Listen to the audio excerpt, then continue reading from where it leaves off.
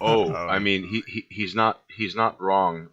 When I was active on OkCupid, I had like a template of a message where like you see on OkCupid you could flesh your profile out a little more, and you could indicate like some people they have no qualms. It's like I'm looking for my last first date ever, and it's like oh so like I can't send you the hey let's get together sometime uh like message as opposed to like hey your profile caught my eye like just a generic paragraph this website's a parody of a parody here's my number smell you later it you could single it because like on Tinder it's just like 180 characters and pictures and a link to your Instagram as opposed to OkCupid where people can bleed all over their keyboard and then look for the exact person that they are evidently because people use movies and TV shows and books as replacements for personality and kind of like what Space Lion said in his video once upon a time it's like selecting things off the shelf of a grocery store. That's what online dating has turned into. And even with what little time Monoxxus spent on Tinder, um, he could give you examples. I mean, I could give you a zillion, but he could reiterate things like um, people throwing their politics out there, evidently looking for the same person they are, but with different genitalia. Like, because like, hey, it doesn't matter if whoa, whoa, whoa. Sometimes they want the same genitalia.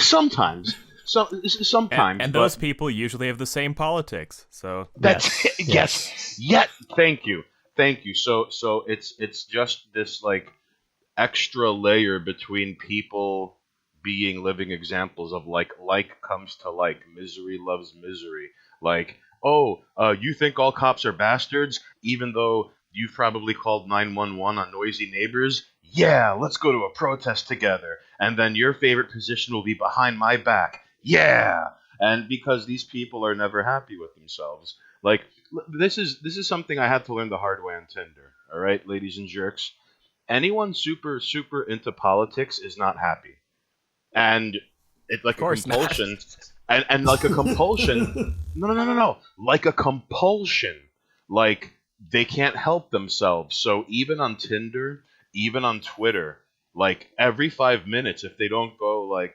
BLM, I'm super obnoxious and understand the struggle of black people as a white person in Vermont. Rah, rah, rah, rah, rah, rah. If they don't do it every 5 minutes, it's like they'll crumble into dust.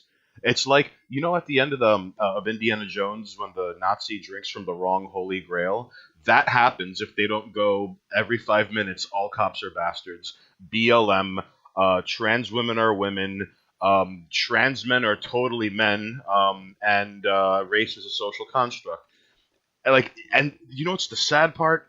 Like on Tinder, you're trying to be like, hey, let's get coffee on Thursday, and then you get their number, and you're just hoping to God you don't say or do anything that sets off the all cops are bastard.exe like program in their hard drive, and then you hope nothing happens in the news because when it does, they're like, well, what are your thoughts on it? And you can't be like, I don't have any thoughts on it because then they block your number and they cry and they shit their pants and they look for someone else on Tinder. Or I one feel thing like leads. the worst part of that is that like I always try and take a stance of like I'm gonna wait until there's more information on things like that. Like thing happened, and then it's like okay, now take a side. Do you stand on this side or that side of the issue? And I'm like I want to wait. I want to see like if things happen in relation to it. I'm not just gonna take a stance, but yeah, like you said, Hans, if you don't take a stance immediately, like you get that like I don't want to talk to you, or like what do you mean you don't feel like some way about it? Right. It's not even somehow not having an opinion on this is worse than having the wrong opinion because like Yeah, pretty much. their predetermined bit and rehearsed responses can't be deployed like cruise missiles off of the USS Oppression. Like there's no way they could just fall back on these answers they've given for so long. They're now like um, what's the word I'm looking for? Like clockwork. Yeah. So like for example, like if like let's say that whole George Floyd thing happened, okay? And they found fentanyl in his system. And evidently, I'm a bad person for saying, 97% of the fentanyl that comes into this country comes from China. So, I guess you could say China killed George Floyd. You fucking racist. And it's like, these people don't, like, listen, look at the Mujahideen. That's what happens when you don't have a sense of humor. All right? And these people are no different. Like, Monoxus can back me up on this one. When we went to City Hall, I tried to be like, oh yeah, local politics. We're at City Hall, yada yada yada. Local politics is how we legalized gay weed. And if Excuse me, what is gay weed? oh, you see, that is so much more of a grounded response than like how everyone else, like most were other people people- gave. There are That people who are shrieking that- as if you were the devil. Oh, yes. Like or just being offended as if he actually like made some kind of like Right. harassing statement. Where Right. it's like, this I- is very clearly a joke.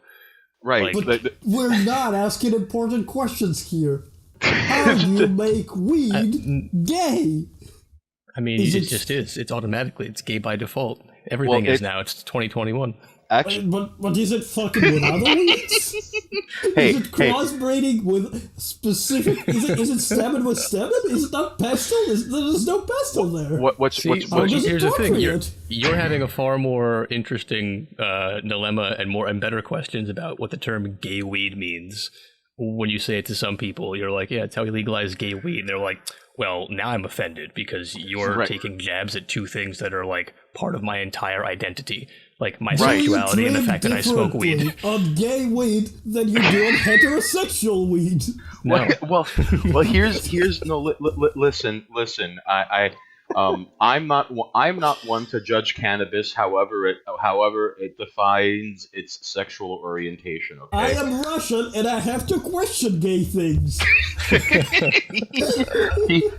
On behalf of Stalin's ghost, whom stays in his puzzle box every time we say "under God" in the American Pledge of Allegiance, he has to question these things. It's in his nature. It's not his fault. Don't judge, Munoxxus. It's not even I'm not Friday judging. night. I'm far from judging. In fact, it's like the fact that Mono- this man even has to be like, "What the hell even is that?" It's like, great. I'm glad you caught it and was like, "What is that?" Rather than being like, he said gay weed and something about legalization and he's talking loud. I'm offended. What are you doing? Get away from me. Monoxxus judging you intensifies. Okay. Thupa, to answer your He's question. judging me positively. I'm offended. No. Monoxxus judging you appraisingly intensifies. There you go. And but it's There's just the still same picture. judgment. I feel oppressed. It's the same picture, Good. just horizontally flipped. He's sneering at you from the right instead of Oh from the no, left. he's oppressing me over the internet. That's right. So check it, Thupa. In regards to your question, like gay. Also, weed, Hanes, okay? are you recording or did you get that set up or? Oh yes, I have I got Audacity. I got wanted to Audacity I've been recording for like the past 9 minutes and 3 seconds and counting. Oh god damn it! We should have started the podcast by now. Wait, Oh, shit. Well, we are. I'm probably going to use part of what we just said as a soft lead-in. Go for it. I just can I just tack one quick thing on in regards to what Thupa said, gay weed. Like this is something. Can we call it faggot weed? a bundle of sticks weed. How would you say that in Russian? Faggot weed. How would you say that in Russian? Сорняк для педиков. Ooh, in bamboo or in a bowl? I'll take a pound of it, sir. Look at it swish around. By with the way, its... I literally just said marijuana for faggots.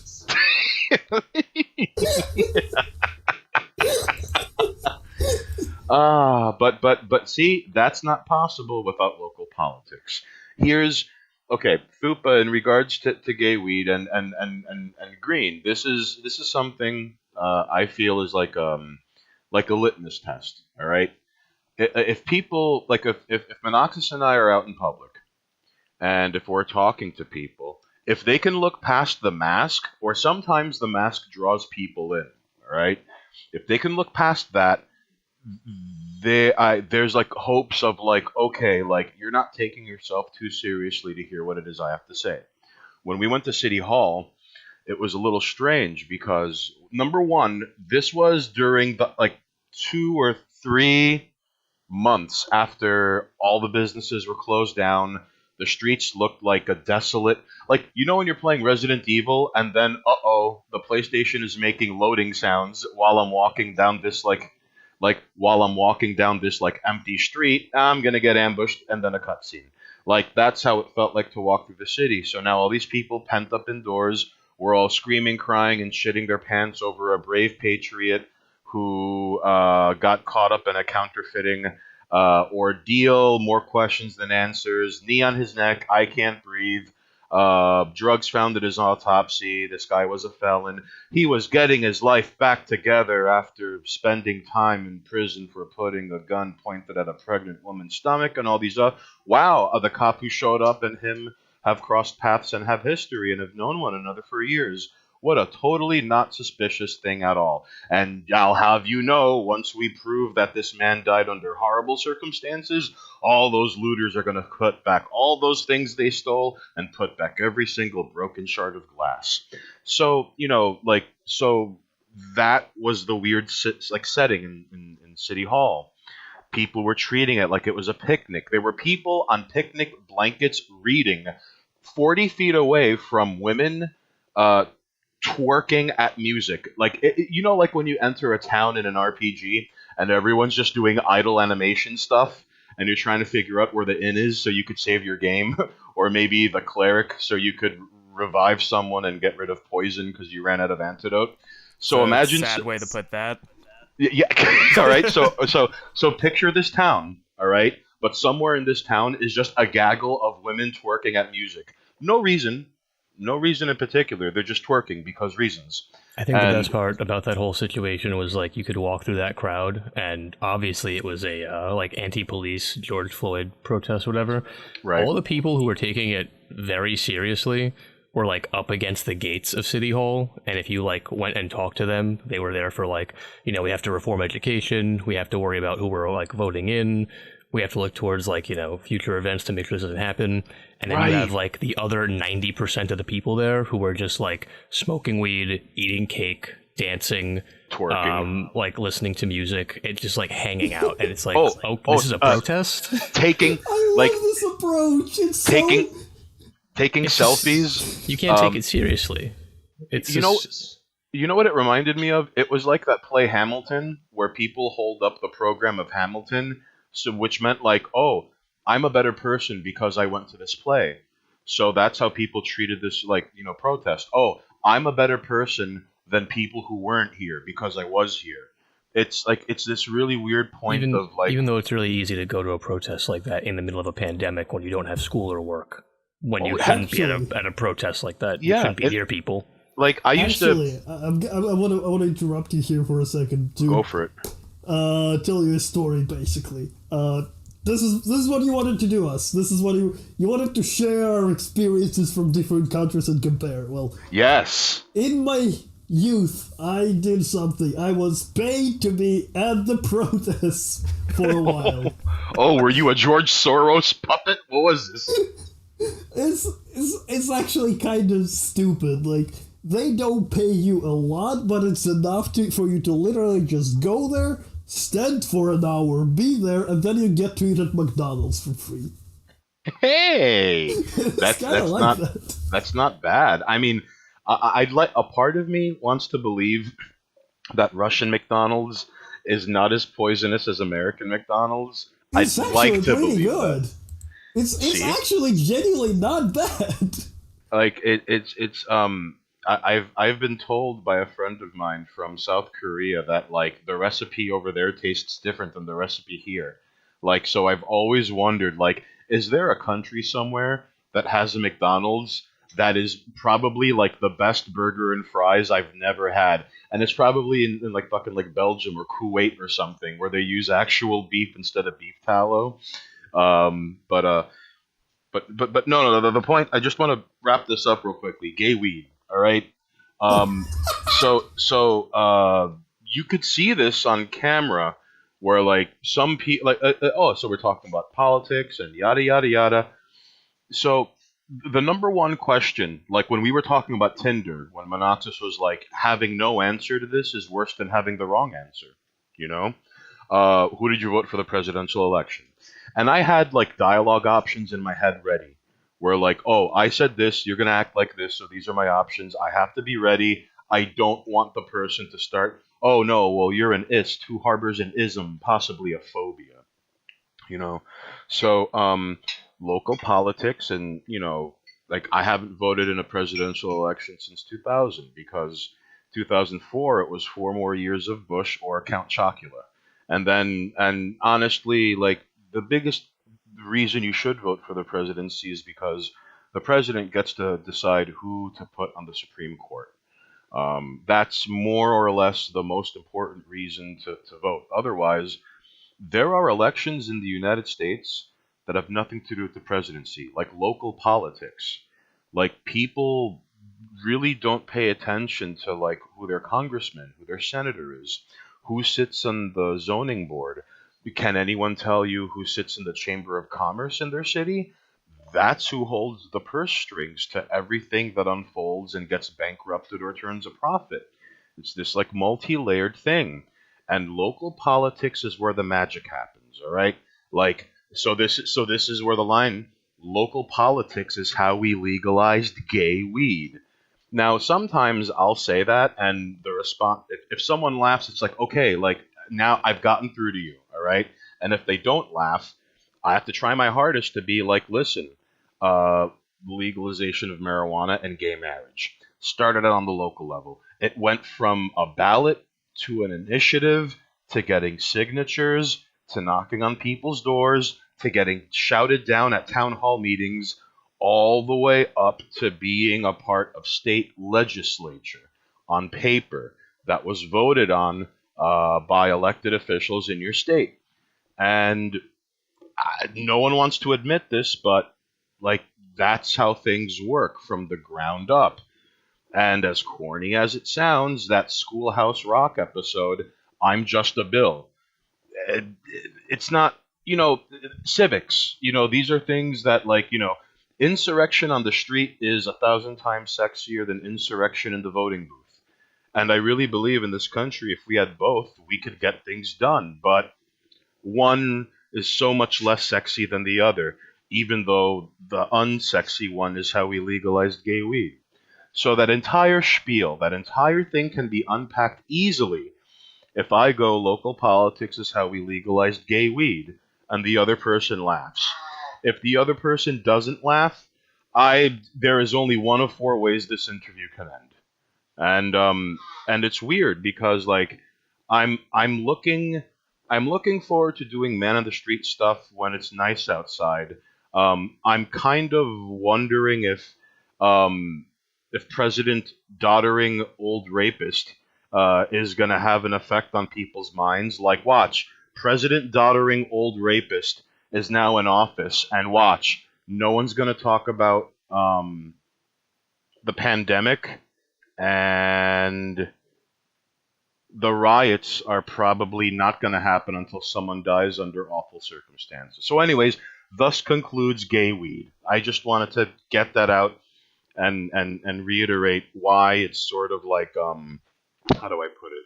It's like a litmus test. Like if you could look past the masks, like hopefully you're more receptive to take what two pieces of Queen's trash and masks are saying.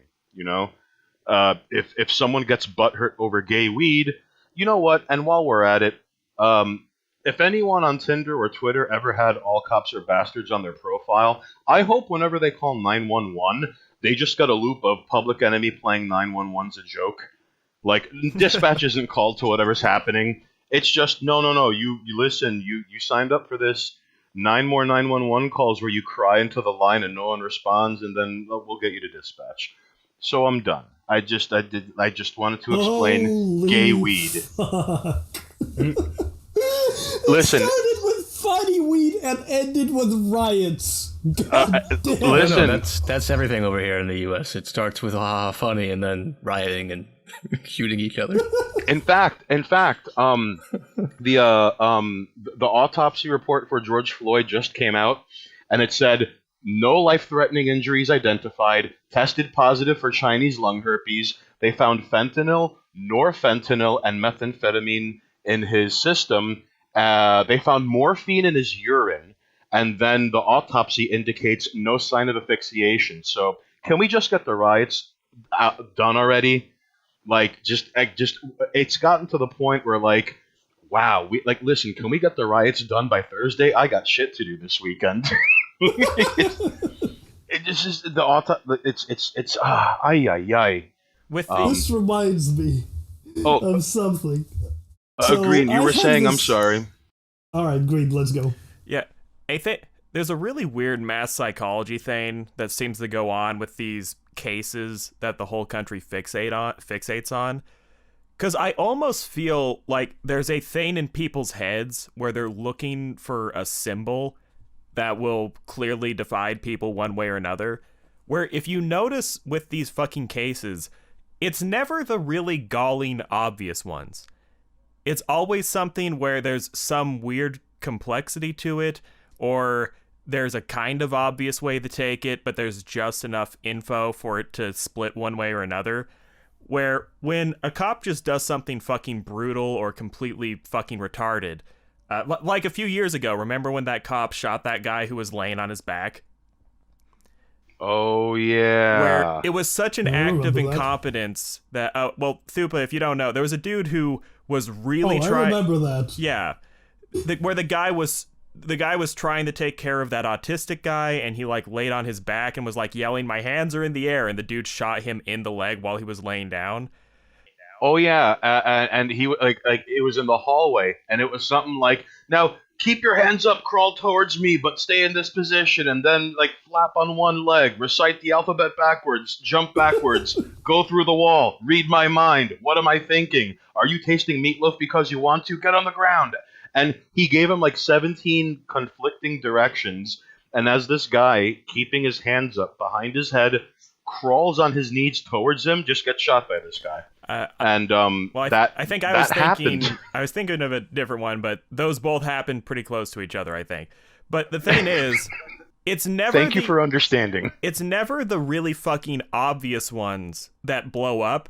It's always the ones where there's kind of an obvious take, but there's just enough that people could defect. And I think that's because crowds subconsciously look for symbols that can divide people based on, you know, what they really believe in. And I think Trayvon Martin was actually a really big example of that, where when you first hear the story, kind of the obvious reaction is, oh, Zimmerman's a piece of shit. And I think that's a pretty fair reaction, because I don't think there's a plausible way of interpreting that where Zimmerman was making good decisions and was not being an idiot. But then when you get into the actual meat of what is the law on the books, I think with Zimmerman, they overcharged him, where they probably could have had a very plausible case with a lower charge, but they went with murder 2, which really didn't make sense. And I think people have this instinctive craving where if it hits right in that gray zone where the way people go will really reveal their biases and their internal emotions, those cases take off way more than the ones that logically should be a public cause, if you notice that. Absolutely. They're also subject to being spun by like media outlets, because That's the a good less point. information you have to throw at somebody, like, it's up to interpretation. So we can just keep repeating this story for like weeks and weeks and weeks and months, and you can change your view on it back and forth depending on what you've learned about it. And as far as ratings go, because let's face it, like, news outlets don't care about what's actually happening, they care about their fucking ratings. So as long as they can keep those pumping in, screw it. Ambiguous cases are fantastic.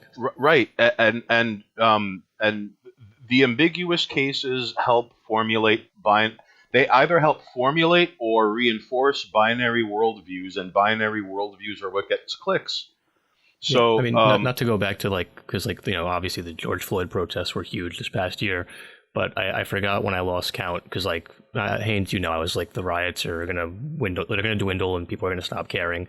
right. I think I read like 3 different stories from over the country of another person being killed by a cop with a knee on their throat. And after I think I got to 3 of those cases after George Floyd that got no traction in the media, and I was like, I'm done. Because if this is what it was about, if it was genuinely about that, these cases would also have people going out and getting crazy. But they didn't, and I was like, I'm done following this stuff. Two things about that real quickly. And I wanna mention something about Trayvon Martin Green. Just bear with me for like 2 seconds. No, I'm not gonna run my mouth on. Because of your goddamn politics. I should have anticipated this. Listen, rioting is one of the few things we could agree on in this country, okay? And no, I won't run my mouth like with gay weed, as important as that is to me, okay? But listen. We gotta ask the important questions. If I, a heterosexual man, smoke gay weed, what is my sexual orientation then? It doesn't change your sexual orientation, Thupa. The weed is gay. Listen, not you. Yeah. But listen. I have orally interacted with gay weed. Yeah, Hey, you'll be okay. Thupa, the weed was born that way. Remember that term back in the day? How far we've come from born that way to born in the wrong body. But listen, weed can't transition. Okay, that means it's pure.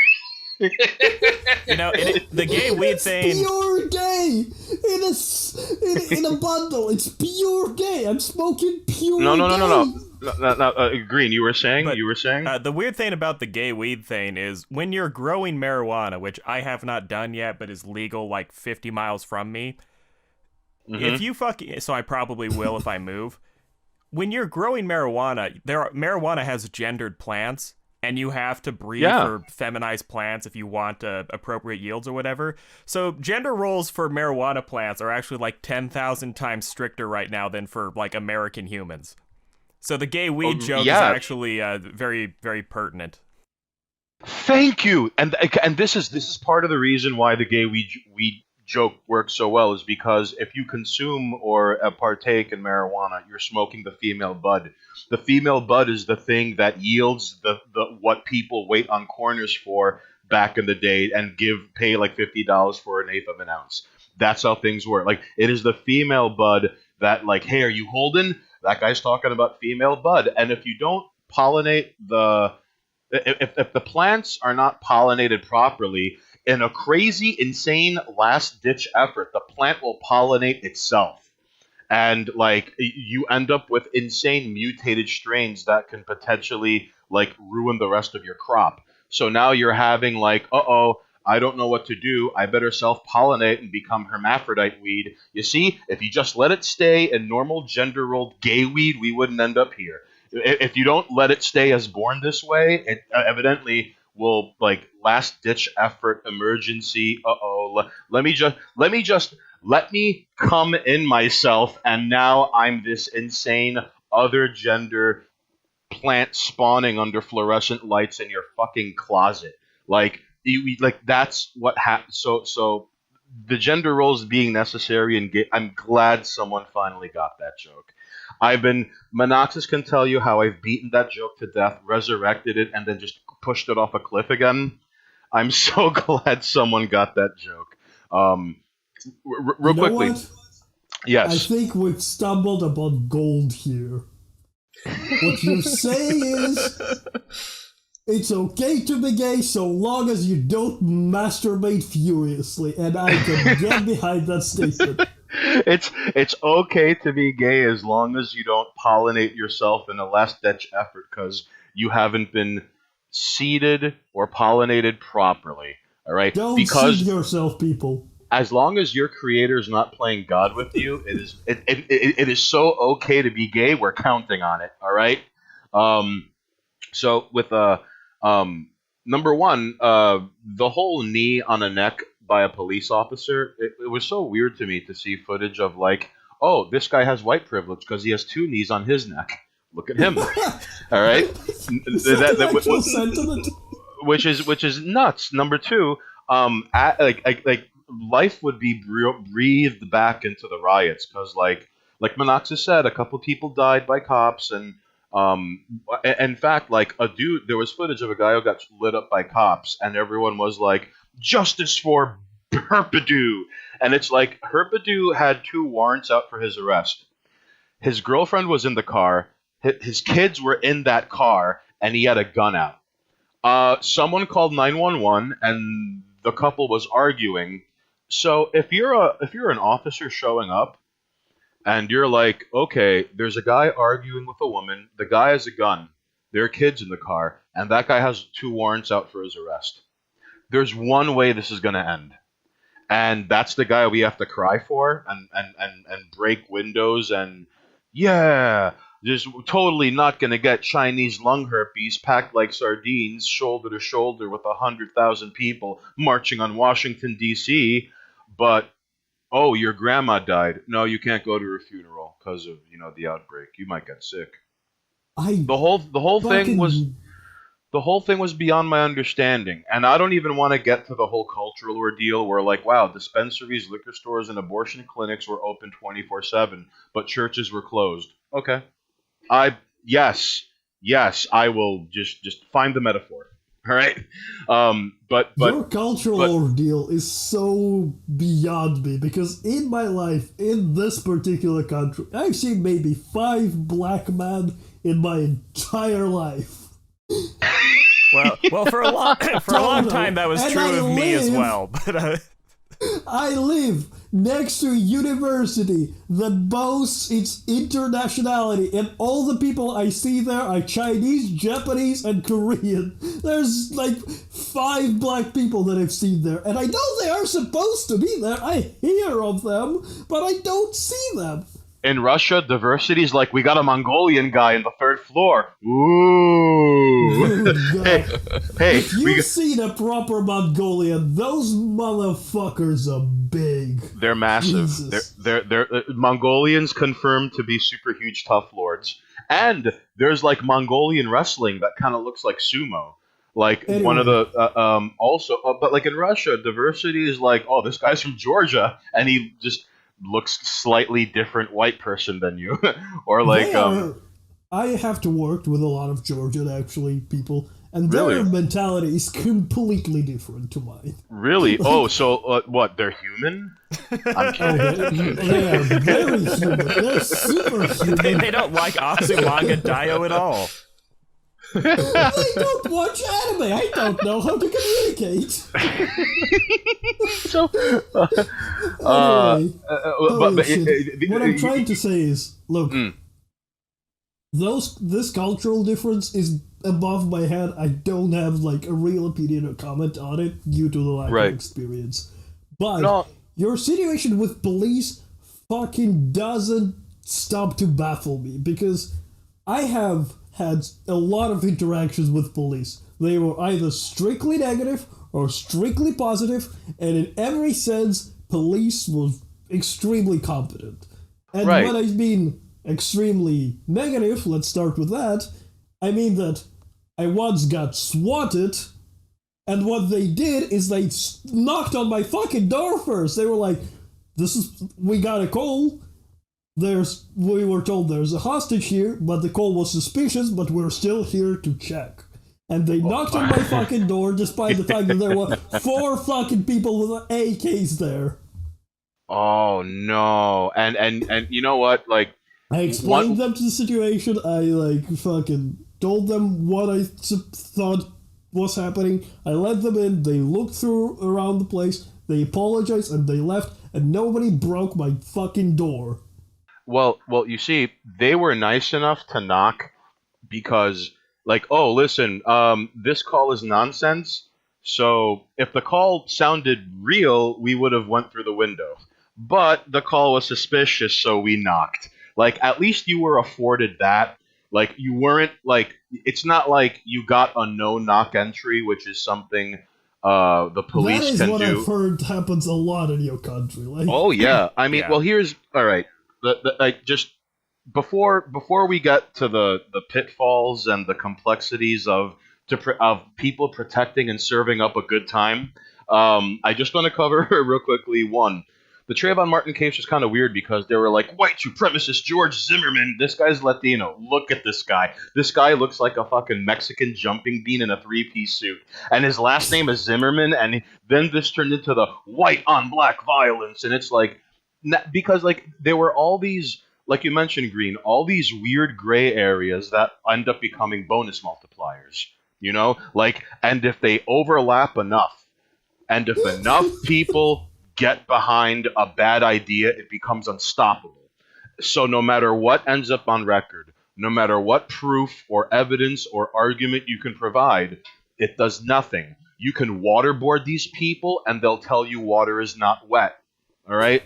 Like all of the take the George Floyd ordeal, all right? Even though all this information had came out after the fact, that really paints a sordid picture of like and then the additional footage where they like, all right, like, yes, it was terrible what happened, but this guy was acting incredibly erratically before this thing got ugly. Okay, and in spite of drugs being found in his system, this guy is still a martyr. Like, and despite the fact that this guy had like 14 years of like serving time or breaking the law, he's revered like some sort of saint ready to be canonized as activists and Chomsky honks. And let it be known that like white people who are all, I'm super aware of the black struggle, they're all the most obnoxious people on planet Earth. You will never meet a white person who's all, I'm super aware of the black struggle, who isn't this like nebbish, sniveling, hand softer than hard-boiled eggs, chinless, bike seat sniffing worm. Every single one of these people, like, it's like they could afford to have such politics with insane, lofty ideas and a lack of understanding of the outside world. And those are the people that were like lying prostrate and tithing the feet of black people in the middle of George Floyd Square in Minnesota. Like, it looked like something out of a cult initiation video, okay? So Green, in regards to your point, if you line up enough gray area bonus multiplier hoops that you could just jump through, that's what you end up with. You end up with things that offend common sense. You end up with things that, listen, 10 years from now, people are going to look back on this either with shame or they have to double down because they can't admit they were wrong. Well, 10 years from now, we'll be doing it again. That was part of the thing with Zimmerman, is we do this every 15 fucking years, and we were overdue. Yeah. So even though Zimmerman was fucking Latino, it's like close enough. It's time. Look at his last name. We'll be doing this every election cycle if they have it their way. Oh, God. Every time we have to vote for a president, there'll be a new thing. Oh my goodness. Eventually they run out of names and they just start combining them together. They'll just start killing people and being like, look, the government did it. Oh no, it was Floyd Zimmerman. Oh God. Floyderman. It's... Anyway, to get back onto my point with the police. It was Trayvon Gardner. No, and so, but see, like herein lies the problem with when it comes to discussing the police, which now all cops are required to have body cameras because a guy named Eric Gardner, he was selling loose cigarettes outside of a bodega somewhere in Staten Island. What's really sad is that you could see the footage where, like, all right, like, I get it. There's a 6'7" black dude with like very broad shoulders, you know, selling loose cigarettes, and I get it. That looks scary to a lot of people. But as he's trying to state his case, all right, you see a cop just sneak in from behind, put him in like a chokehold, and not like an amateur chokehold. It's like, no, like you're gonna spam the X button and kill this guy in 2 seconds if this is Metal Gear Solid. Like, it was a flawless chokehold, and he took it to the floor. Which means, so now, unless this big guy has any ground fighting skill, he's dead. There's no way to get out of this. And right before he died, he said, I can't breathe. That's where that comes from. So that is a perfect example of like this could have ended so much better, and that changed everything. And now all cops have body cameras because of this. Okay, Well, so this um, amazes me about your police. Like, they're trained so profusely in how to harm people, but not how to yeah, they're taught. be responsible people. I Like, could here's the go thing. Thupa, but then I'm actually Fucking- gonna chime in. All right. So here, another negative experience with my police is it happens throughout May to September. They every single fucking weekend morning they go out on their stupid street and they have like a small stadium and they just march around with music there, and it is in the morning and it is on Saturday and it is infuriating, but god damn it, it instills some kind of morals there. It instills discipline. They trained for 3 years plus, and there's a lot that goes into being a policeman here. It is genuinely a lot of work. Oh, I mean, just real quickly, Green, I know you want to chime in, but this is something that's really important to bring up. I forget if it went all the way up to the Supreme Court, but like the police departments can choose not to hire you because you're too smart. There came a point where they stopped hiring police officers that like scored a certain amount on the entrance exam, or like, oh no, like this guy's got over 140 IQ. No, that is not going to work. Because even like they don't pick the best and brightest. All right, I truly believe this is on purpose because Well, it must be. And Green, I know I'm like being really shitty, like interrupting you. Just bear with me. This is important. Listen, one thing that should be taken into consideration is that cops have to make split-second decisions, and are probably have one of the most stressful jobs on earth. However, because of Chinese lung herpes, here's an example. Domestic violence rates have skyrocketed all around the earth ever since lockdown and Chinese lung herpes.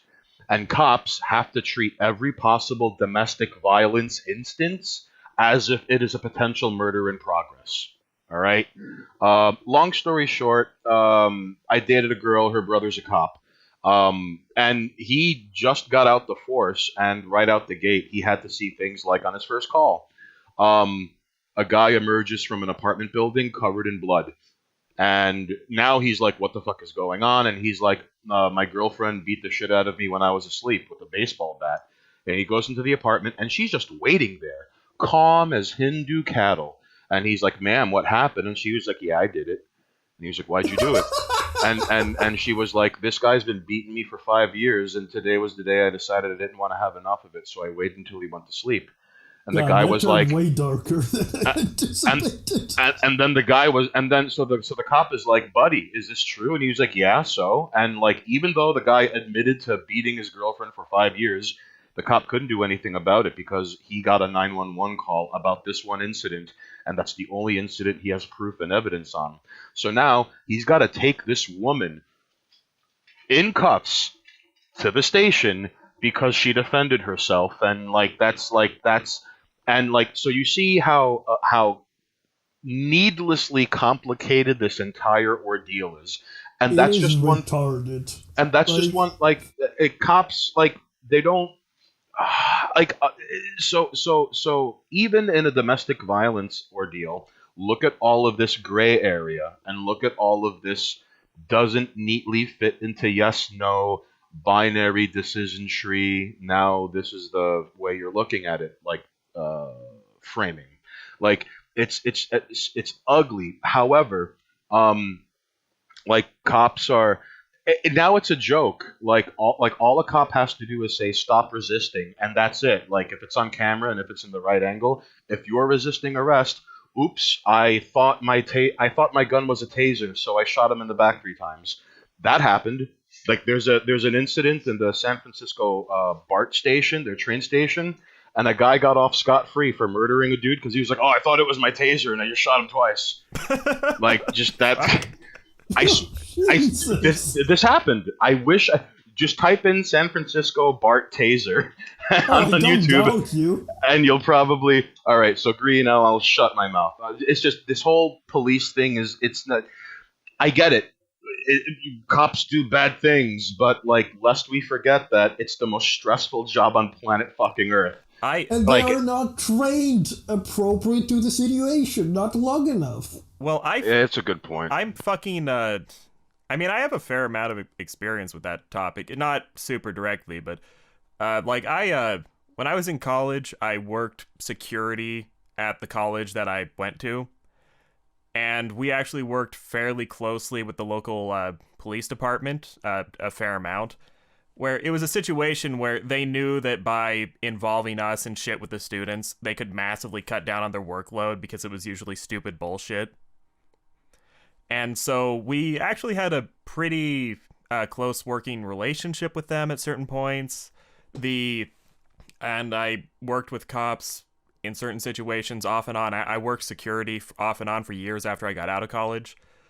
And so occasionally we would have police instructors come and train us with our use of force, or we would be, involved in some situation they were involved with. I am very sensitive and very sympathetic to what cops have. With the training situation, people don't realize how amateur most police work in the country kind of is, where it's almost where it's almost entirely assumed that if you go to like a city, you're gonna go for several months to the police academy off the bat. In a lot of places, they start you as almost like a temp worker, where you like ride along and you help and you have a uniform, but you don't really have any training yet. And it's completely assumed you learn on the job, where your first couple years are going to really suck and involve a lot of advice and hanging out with the older officers. That's how you're trained. Police are mostly trained on the job in this country, which is kind of fucking terrifying. Not without its downsides, let's put it that way. And a thing is, about the stop resisting thing, they literally are trained to like instinctively yell stop resisting even when they're punching someone. I've been in that situation where so many videos with that. It's an actual part of the training. Like if you work in law enforcement at all in America, the idea is to build it into you as like a Pavlovian response, where when you punch, you yell stop resisting. I have been in like law enforcement training scenarios, like punching bags, going stop resisting, stop resisting, I've fucking done that for like 15 minutes to like build up the instinct of yelling stop resisting when you're fucking hitting someone. That's an actual part of what they do. It's like a liability thing, right? Yeah, and if you ever meet fucking Michi, stop resisting. Stop resisting. Munoxxus, Why it's are your like pants down? unless they sign the release form, like stop resisting is the only way that you can't be held liable in a court of law. Well, I mean, like it falls back into that gray area kind of thing, where like let's say they were resisting. All right, you said stop resisting, and then you used force. Okay, you're clear. Let's say they weren't resisting. All right, is the camera footage good? Were there witnesses? I heard stop resisting. That is the Right, idea, like, because they usually have it covers your audio, ass. so you hear stop resisting even. In many situations, the person actually is getting their ass kicked, but the officer is yelling stop resisting just as because that's what they were trained. It's sort of like It protects them, that's all. It's sort of like the law enforcement version of, like, that very early South Park episode, They're Coming Right For Us. It's exactly that. And they light up the animal with like a M4. It was threatening me. You know what? I'd love to get footage, even if it's like crude animated footage, like Officer Munoxxus. Like, he's just like shooting in on people and putting them in vicious like judo holds, like snapping arms, pulling legs out of their socket, choking them. Stop resisting! Stop resisting! You laugh. That's how it goes. He's like attempting to close a car door on someone's head repeatedly. Stop resisting! Like he's shooting at someone in a high-speed chase. Stop resisting! It's like you're trying to kill a person and they're hanging onto their life. Stop resisting! Go towards the light. How many times in the city have we had like cops unload whole clips? Like, we're talking about, you've got one suspect and there are two cops, and miss every time, and they both they just unload, like, even the idea of them needing a whole clip to take a single person down, and they have to reload. And that's happened here in New York, like, multiple times. Yeah, Like, in fact, if memory serves me correctly, I think I mailed you an MP4 to upload at some point where like 4 cops unload a total of 57 rounds on a suspect, and every single one missed. yeah. It's In fact, who was it? There was Suppressing fire. Sean, cover me! I'm going in. Throwing The a guy's flashbang. the guy's pinned against a car, like praying he doesn't get Well, hit. the great thing is they don't even need the chalk outline. They can just use the bullet holes. Yeah. There was one shooting in particular though. No, Eric Green. No. Amadou bastards. Diallo was the Amadou Diallo was the guy who got the plunger up his ass. Excuse me? Yeah, just we have a proud tradition of police brutality in New York City, which is funny because like every city has their own legacy of police brutality.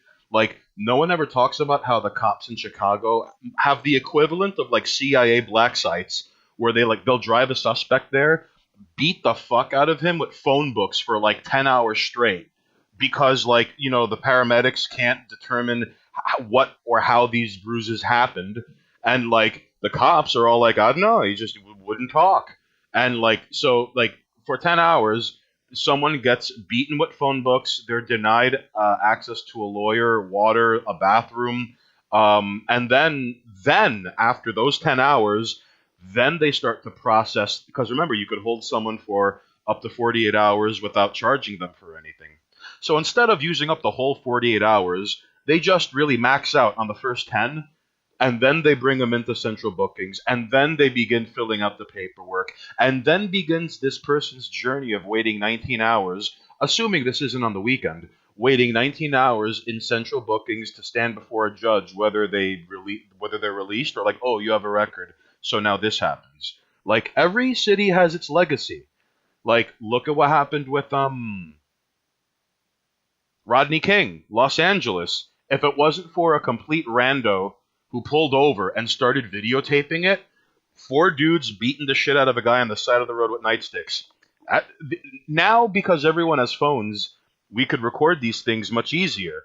But things like this had been happening for years.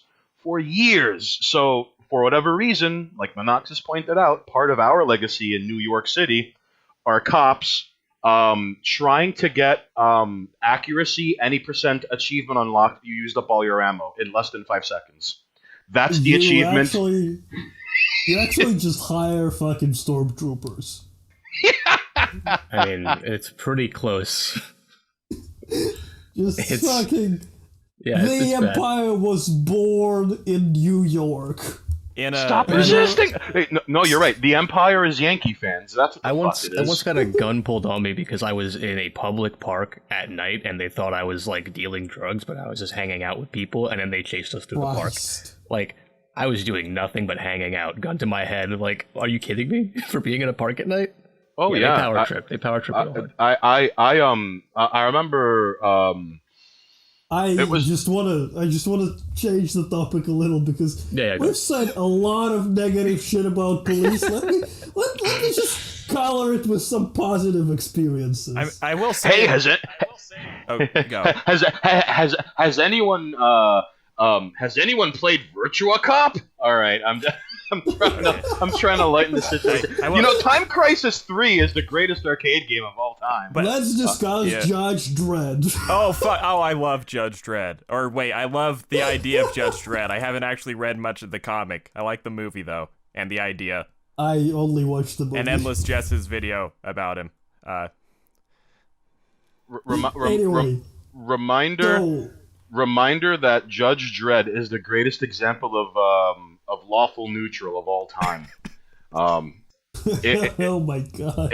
And let it be known that Dredd is the greatest '80s action movie created in the early 21st century. That just has to be stated on the record.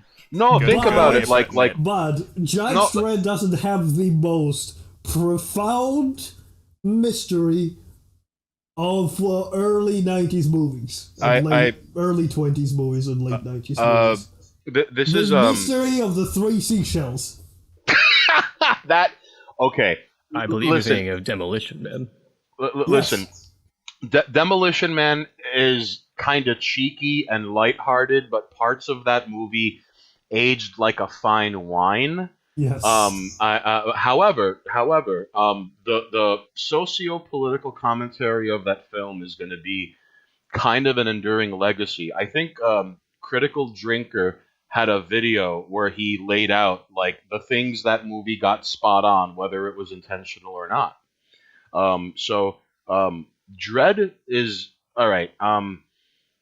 Dread to me has it hits all the marks of an 80s action movie. Like you know how in like Die Hard it's like a day in the life of like all right, so like it's Dread, a day in the life of, and like, hey Dread, we're gonna give you a rookie. I don't want a rookie. The rookie has psychic powers. I don't give a shit. She doesn't wear a helmet. She's a liability. And then okay, psychic, do your thing.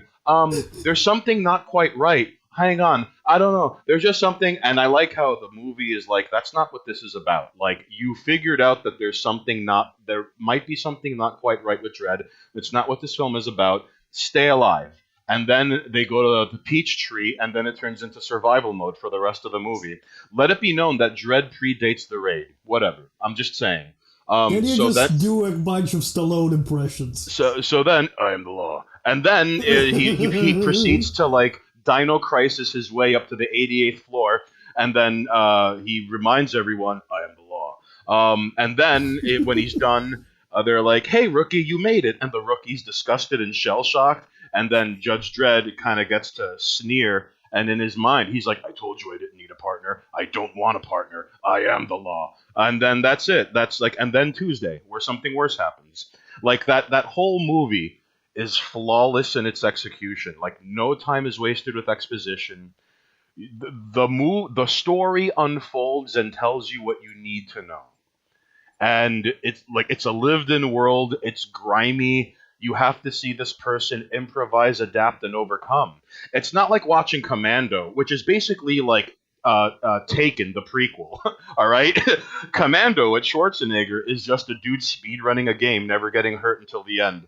Until he has to fight like Freddie Mercury wearing chainmail in a knife fight. And it's great. Like he impales him on a steam pipe and let off some steam, Bennett. But the point is, Dread is the greatest 80s action movie of all time, and I will 1v1 anyone over this. Like, Dread has marked the pendulum swinging the other way, because for Face so off. long, because there is not enough Nicolas Cage unfiltered, wide-eyed, fanatic acting in this world. Oh my God. Yeah, Like- now Nicolas Cage just Can does never be enough. non-speaking roles where he gets to just like hang out on set and get But paid. but you Have know, you heard about shit Nicolas Cage has been into the last couple of years? If you've seen Yeah. his last film, with We've the done fucking two animatronics, podcasts over his recent movies.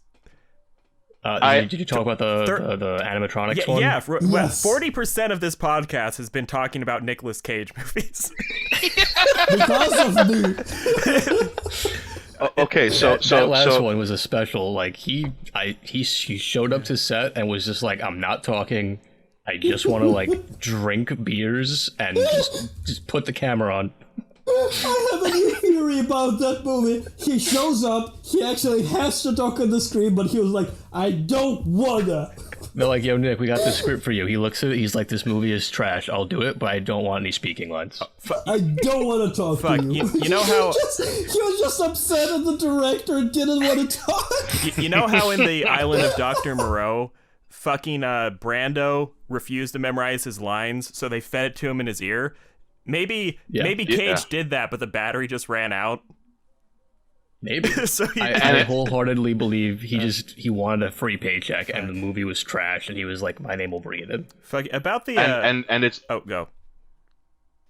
just real quickly, what I find fascinating about Nicolas Cage is that he's the complete opposite of like Robert De Niro, where like Robert De Niro used to be an actor who would like, oh, I'm gonna play a Sicilian. He'll move to Sicily for 3 months and live among them and speak like them, and like Yeah, we best know De Niro for playing violent sociopaths in mobster films, but he used to be a great actor once upon a time. But every raising of his eyebrow, the posturing of his shoulders, the way he would lay his hands on the table, all of that would like super meticulous and weighed out, as opposed to Nicolas Cage, who cranks everything to 11, no matter what the context is. He's And an overactor. and yes, but that is what, for whatever reason, that speaks to people, not just in America, but around the world. Because not everyone wants to sit down and be like, give a 17-minute dissertation on how Don Corleone crosses his legs the way he does. Because, Marlon Brando was such a methodical actor who put hours of, no, he's fat and bloated and famous and he could justify anything. As opposed to Nicolas Cage, who dials everything to 11. So, like, you don't have to. It's the equivalent of like absconding fancy wordplay in a book, and you're not forcing the reader to play find the metaphor or like look at he's acting as an artistic craft. Like, no, that guy's just a living fucking cartoon character. However, Raising Arizona is a really awesome film. Do you think Nick Cage, like when he shows up on sets, they're like, all right, you have the scene, like, you know what you're doing, and he just goes as hard as humanly possible and goes wild, and they're like, that was good, all right, let's tone that down, and they just have to gradually scale Nick Cage down until they get the right shot? Oh, I would like to believe that there are takes from like Face Off, or that one, I'm Castor Troy!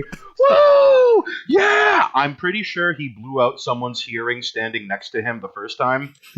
And like in that man's moments of like solitude, you just hear, I'm Castor Troy! Yeah! Like in his sleep, he hears it. Every time he closes his eyes, like a Vietnam vet, he hears it. Like, I'd like to believe Nicolas Cage would go ham, and then the director would be like, okay, Nick, can we just tone it down 40%? And eventually, like, after a back and forth, we get the film. Like, there's hours of Nicolas Cage screaming and his eyes popping out of his fucking head. Face turning red. I think it was fucking Dr. Strangelove where they actually did do that. Where, for the more comedic scenes, they...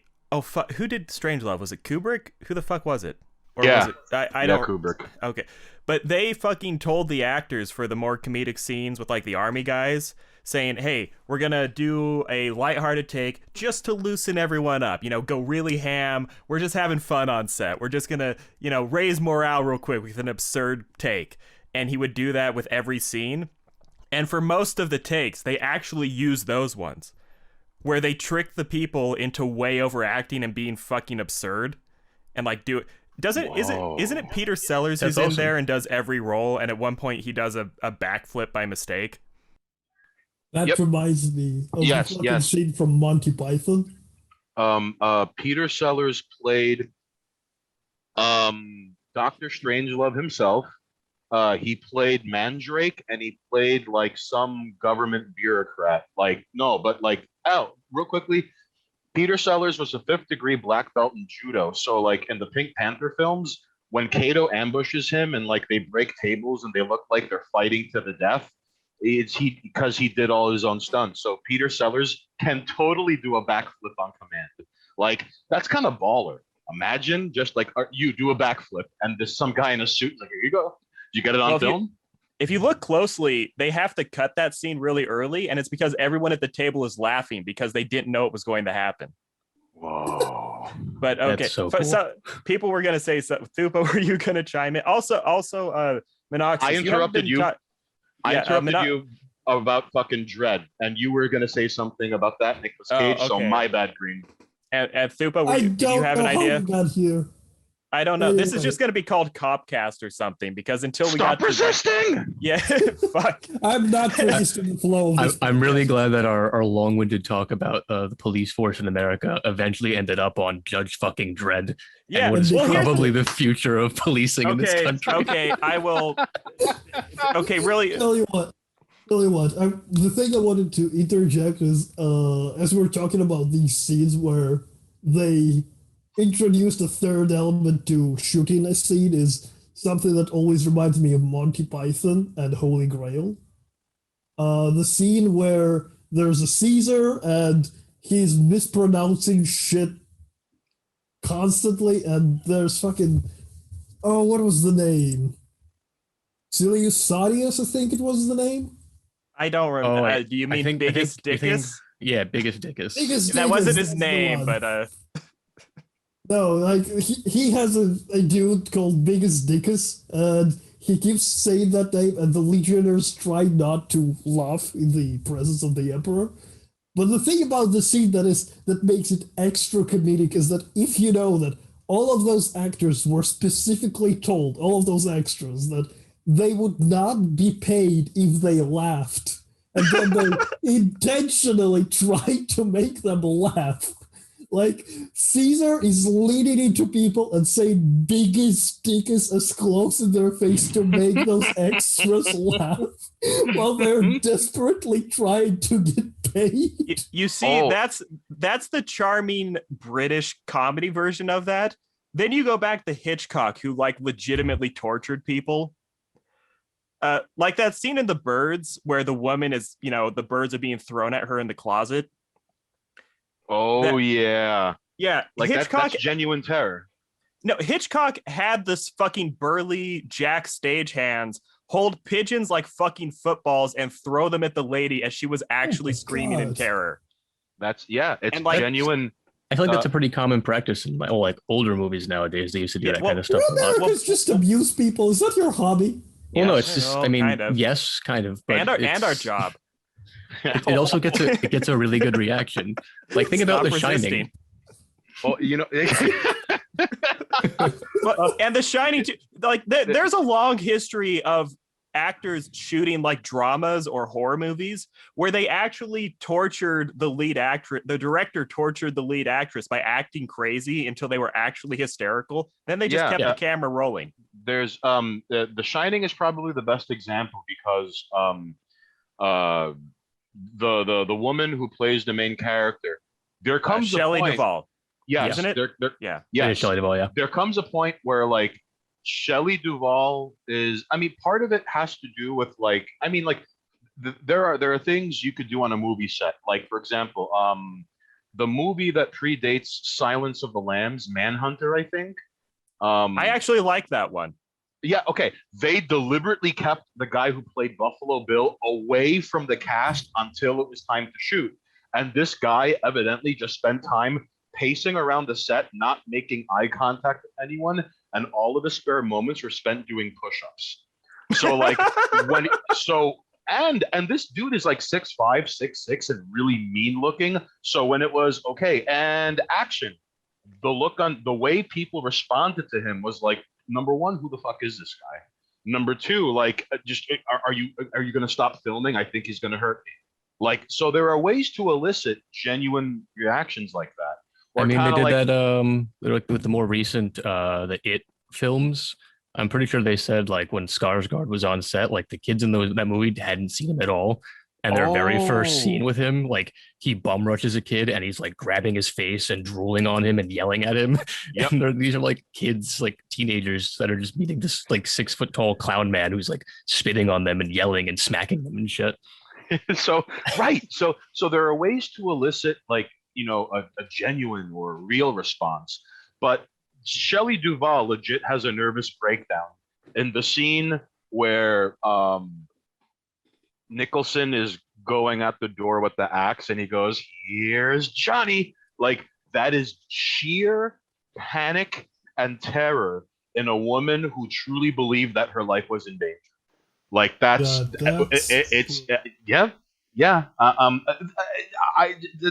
but there are ways actors do it where, like, evidently on Gangs of New York, Daniel Day-Lewis stayed in character all the time. So like he referred to Liam Neeson as priest even when offset, and he got into a couple of fights like when they were filming in Italy. And like, imagine Daniel Day-Lewis as Bill the Butcher just walking down the streets of Milan, getting into fights with people in parking lots. Like, that's... I hate that. I hate that. Well, he was probably calling them filthy wop dago bastards if he was staying in character. So. Well, look at your greasy dago mustache. Didn't something similar happen with Jim Carrey with that Andy Kaufman film where he like Yeah, just Man went on the off on Moon. people? Yeah, yeah. Apparently, like he was so in character, he was like starting fights and like just like I remember reading like the review Yeah, of that. He was Sabotaged the wild. shoot multiple times. in Yeah. in fact, when like the person who was in charge of like directing the film, like Man on the Moon, I remember rather than send an audition tape, Jim Carrey invited him to his house, and he was like, I want you to see this. Like, this is my audition." And he sat him down and he played this footage. It wasn't until like 20 minutes into the footage that the guy was like, "This guy has recorded hours of footage as Andy Kaufman." And it wasn't until like 20 something minutes into watching going like, he's so committed, like he can't, like it's like you can't turn it off at this point. And like he more or less was Andy Kaufman until like the movie was wrapping up. So like, yeah, Monoxxus, like he, like even before filming, he had already undergone this metamorphosis. That's Like wild. down to the mannerisms and like the way his eyebrows moved and like, see, like, but these are examples of like not Nicolas Cage. Like these are like super meticulously crafted devotion to the art of acting, and then there's Nicolas Cage. And Since we're on this topic of meticulously crafted things, there's something I want to ask you specifically, Macaxus and Hams, and you to a lesser degree, Green. To a much lesser degree, Green. Okay. Go for it. VTubers. What do you think on VTubers, people? Just like in general. Yeah.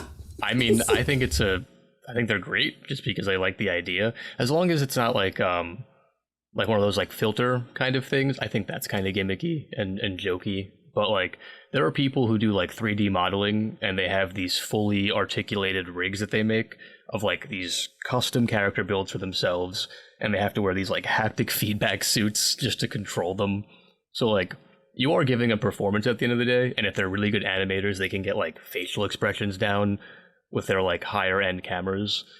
So I think it's a really interesting concept at the end of the day. Like it can be done really well if the person has a background in that kind of thing, like animation and 3D modeling.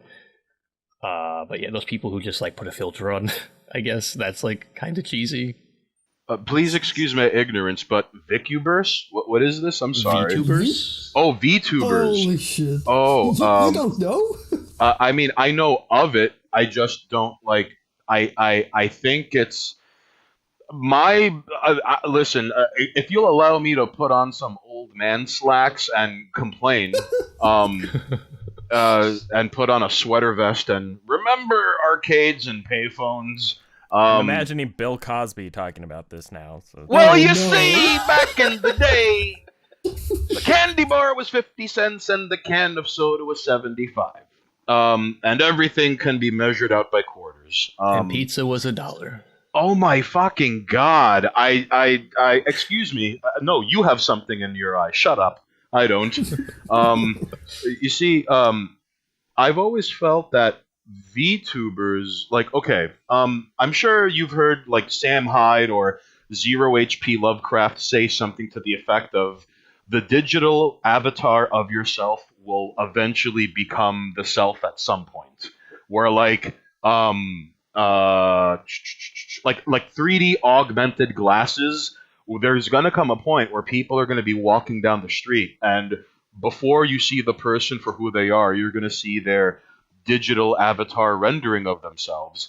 So VTubers are basically like, rather than applying a Snapchat filter to a 10-second video, it's like a Snapchat filter for the entire duration of them streaming. So that elevates them as a product rather than a person, because now people are tuning in to this fictionalized digital avatar version of whoever it is that's broadcasting. Not to be mean or fucked up, because I'm not about that, but it's like these are unimaginative slobs that could not have put on a mask. Like, you want to put an avatar of yourself out there, put on a mask and don't take the easy way out. Like, that's what Monoxxus and I did partially. However, like, VTubers having a digital, like, layer and filter of themselves as they broadcast. It's sort of like have you? What's the best way to put this? The best way I can describe this is imagine having an avatar when you talk to somebody in the chat, and this is like a next step of it. Yeah, that's there you go. Thank you, Thupa. But it's a weird one way. Okay, listen. Well, right now it's one way. It's because all right. Just give me 2 seconds. I swear I'm going somewhere with this. Okay. Listen. Godspeed. There's okay. Once upon a time, there was Ricardo Lopez. In 1994, he killed himself. All right. He was the Bjork stalker. Okay.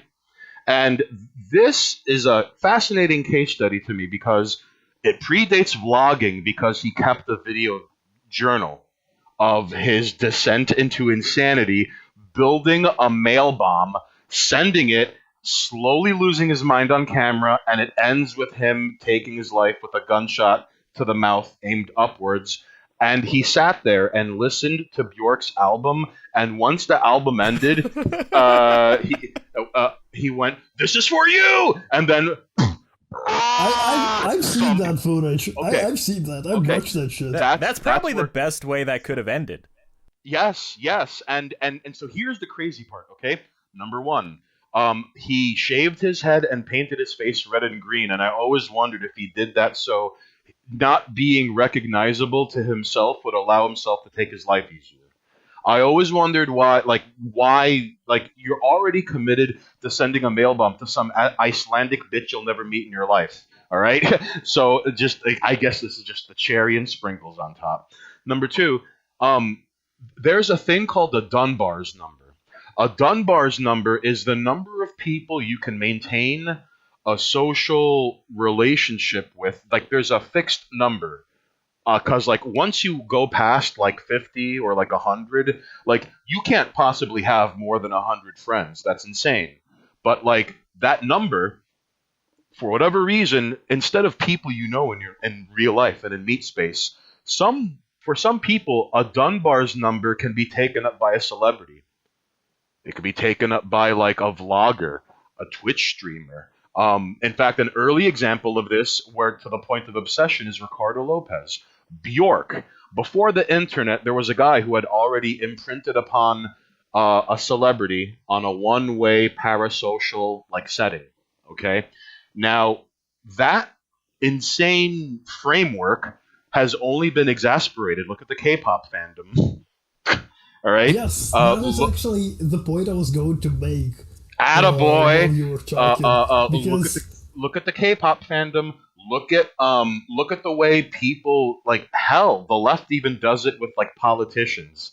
Wow, Kamala Harris is doing exactly what Trump is doing. Woo! And it's but these people were crying and shitting their pants over someone else doing the same thing 6 months ago. So the point I'm trying to make is this. VTubers, whether they realize it or not, are preying upon the weakness of the human psyche and the fragile ego and brain that allows people to take up a Dunbar's number with someone who isn't in their life. It fosters a parasitic relationship, and the unreality of a VTuber somewhat makes it easier to accept or engage in, because you're looking at an idealized, fictionalized version of someone you're following and watching.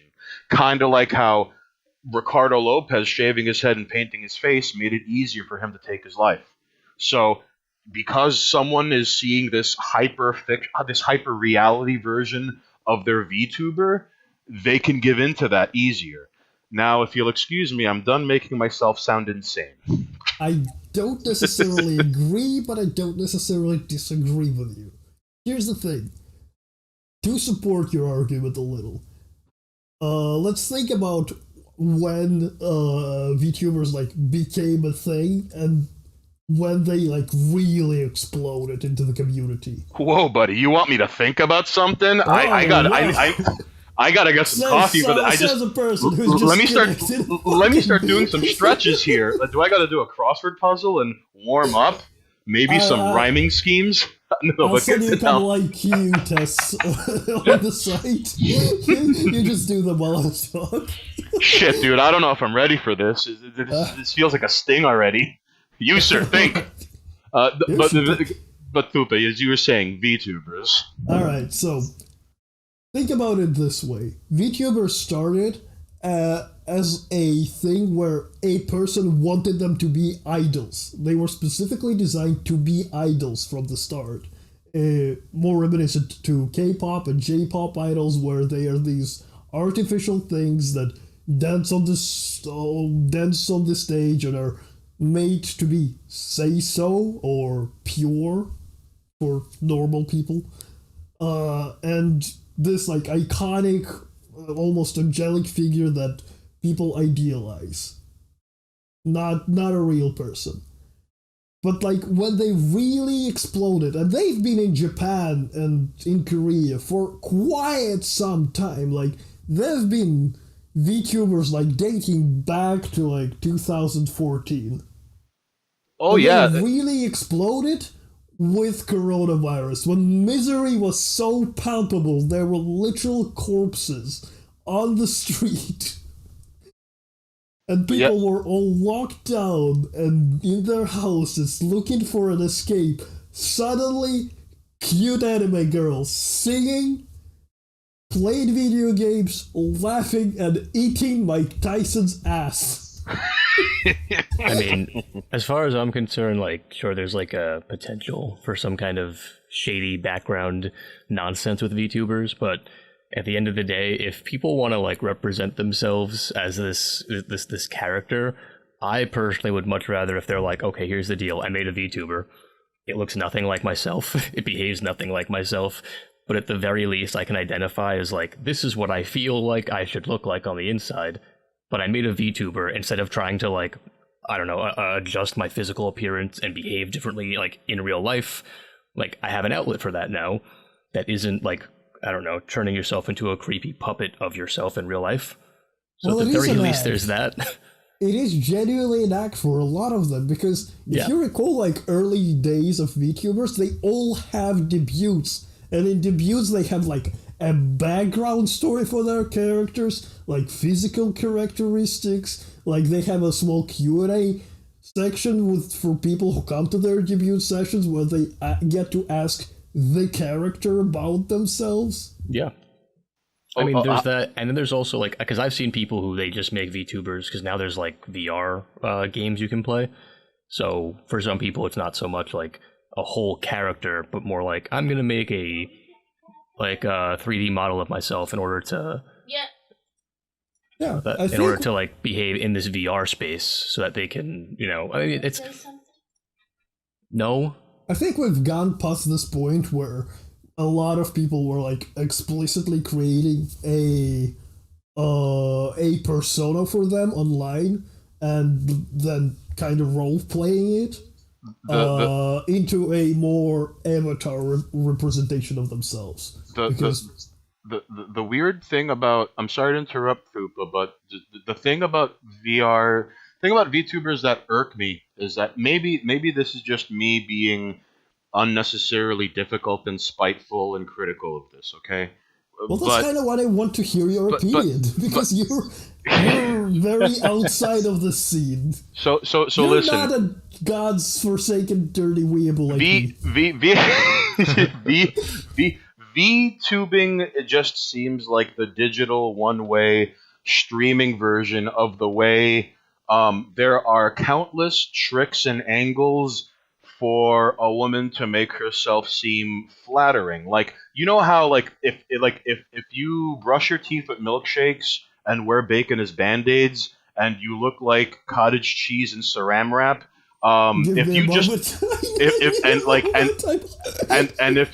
if you wear high heels and strike oil by walking through the Texas plains or Antarctica or Alaska, you can if you wear high waist clothing and like pose a certain way, you could hide the undulating layers of chundering blubber. you know? So, and on top of that, like, remember MySpace angles or like fat girl camera angles?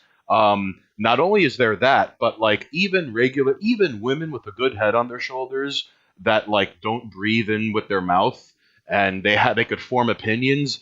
Even they're subject to the weird sexy scoliosis pose where like head tilt, kissy face to suck in the to like tighten up the face, head tilt, sexy scoliosis, chest out but stomach in, kind of looking like a minotaur. 1 foot out like a sleeping horse, like that. So to present an idealized version of themselves, like that's the fucking female equivalent of a dude standing on his tiptoes and flexing. Imagine a dude just going everywhere on his tiptoes, flexing at all hours of the day. That would be fucking retarded. But when a woman does it, it's proud and they applaud it, and then it's like weird peer pressure, because if you ask them why they do it, they short circuit or they laugh it away or they get flustered because they know why they do it. But now we have a digital version of this.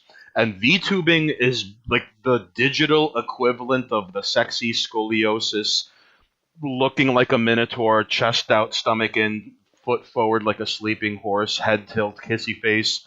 You know, like it's the digital version of that, and that's why I find it so revolting. Like, to me, that's what it looks like. I can't. I can see where you're coming from with that, but at the same time, I would much rather it be in a digital space and openly, like, this is a digital caricature of me, rather than, like, look at me pretending in real life to be something that I'm not. If we can get to that point, I'm cool with it. Yeah, I kind of want... As a person who's seen a lot of anime, seeing an animated character said, dick, cock, and fuck my ass is very entertaining. I'm sure. I want to jump in on what just was said. I kind of see the big advantage of VTubers is I almost see them as a technique for kind of defusing the parasocial relationship bomb that has been slowly building up on the online sphere. Where it's kind of like this. I think all this you could call it the cute. I'm sorry. Sorry. This online area that you could call it the cutosphere or the moe sphere or something like that, where guys will the what? The cutosphere. Well, you fucking dimension around the world. Like fucking, that was neosphere. Now there's cutosphere.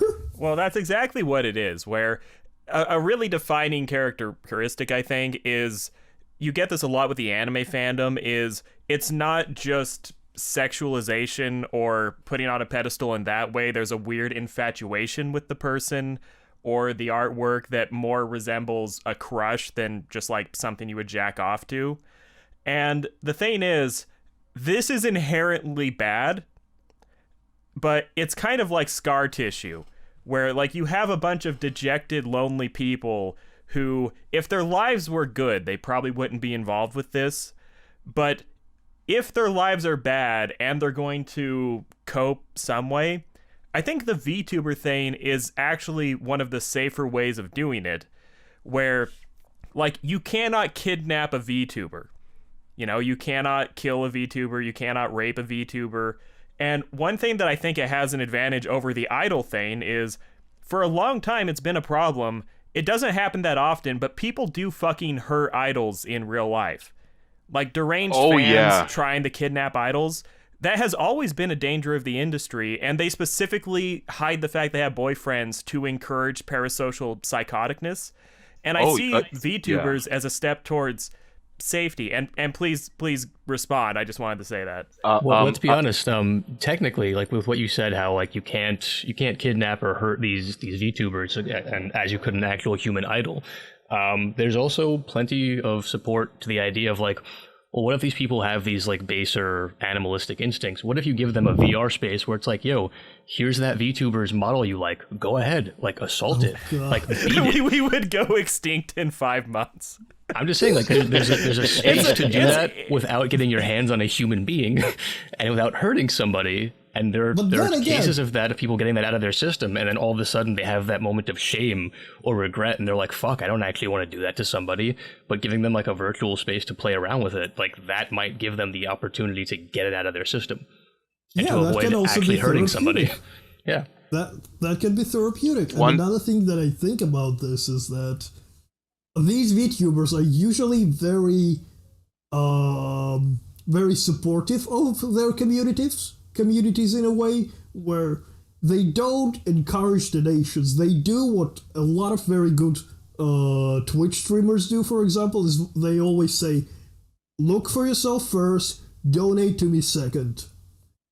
Oh. It is like a common sentiment on Twitch where if you go to a stream and you watch them for like a solid amount of time, you'll hear them say this over and over again. If you don't have money, don't drop it on me, save it on yourself. This is free content, consume it and enjoy it. You don't have to pay.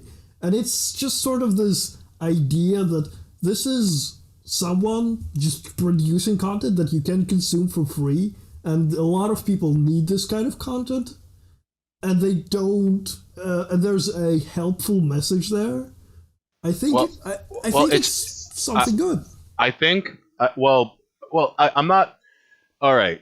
It is something good to the degree that, like, once upon a time when Final Fantasy Online was a thing, like if kids cut class, or like if someone blew off work to play Final Fantasy Online during the day, I think like number one, like the Japanese people would be quick to be like, oh, like, are you cutting class to play JP only, all right?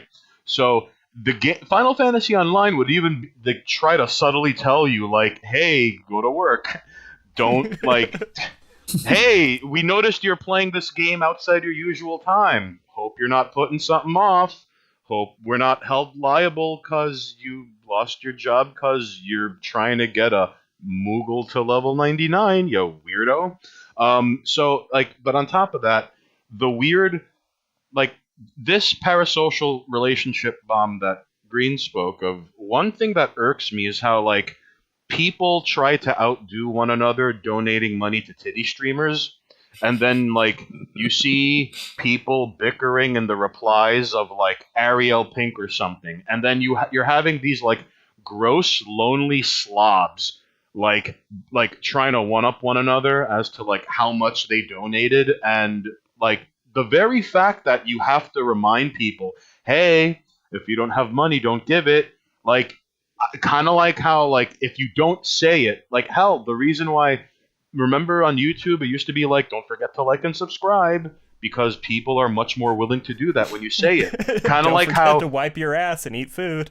Yeah, don't forget to blink, breathe, and wash your hands. Like, unless you say it out, so the very fact that it has to be like, hey, don't give me money you don't have, like, that's useful and helpful in the, like, kind of in the way that, like, hey, the guy that told us to wash our hands before doing surgery, he fucking died broke and penniless in a hospital bed. But now we all wash our hands before doing surgery. Hooray! Like, it's good in that way.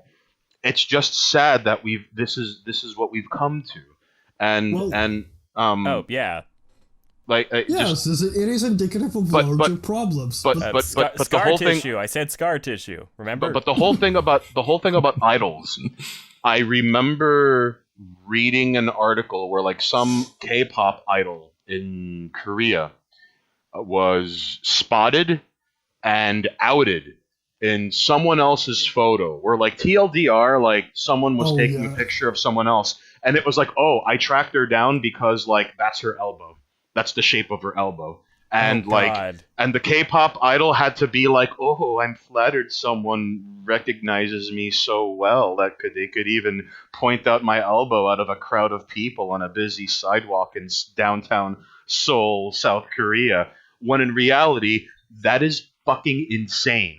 That is like open source intelligence levels of autism devoted to a fucking K-pop idol. Like, that's the kind of focus and attention you get on certain Mongolian basket weaving forums, but I guess instead of like digging through WikiLeaks emails, it was, oh, that's her elbow.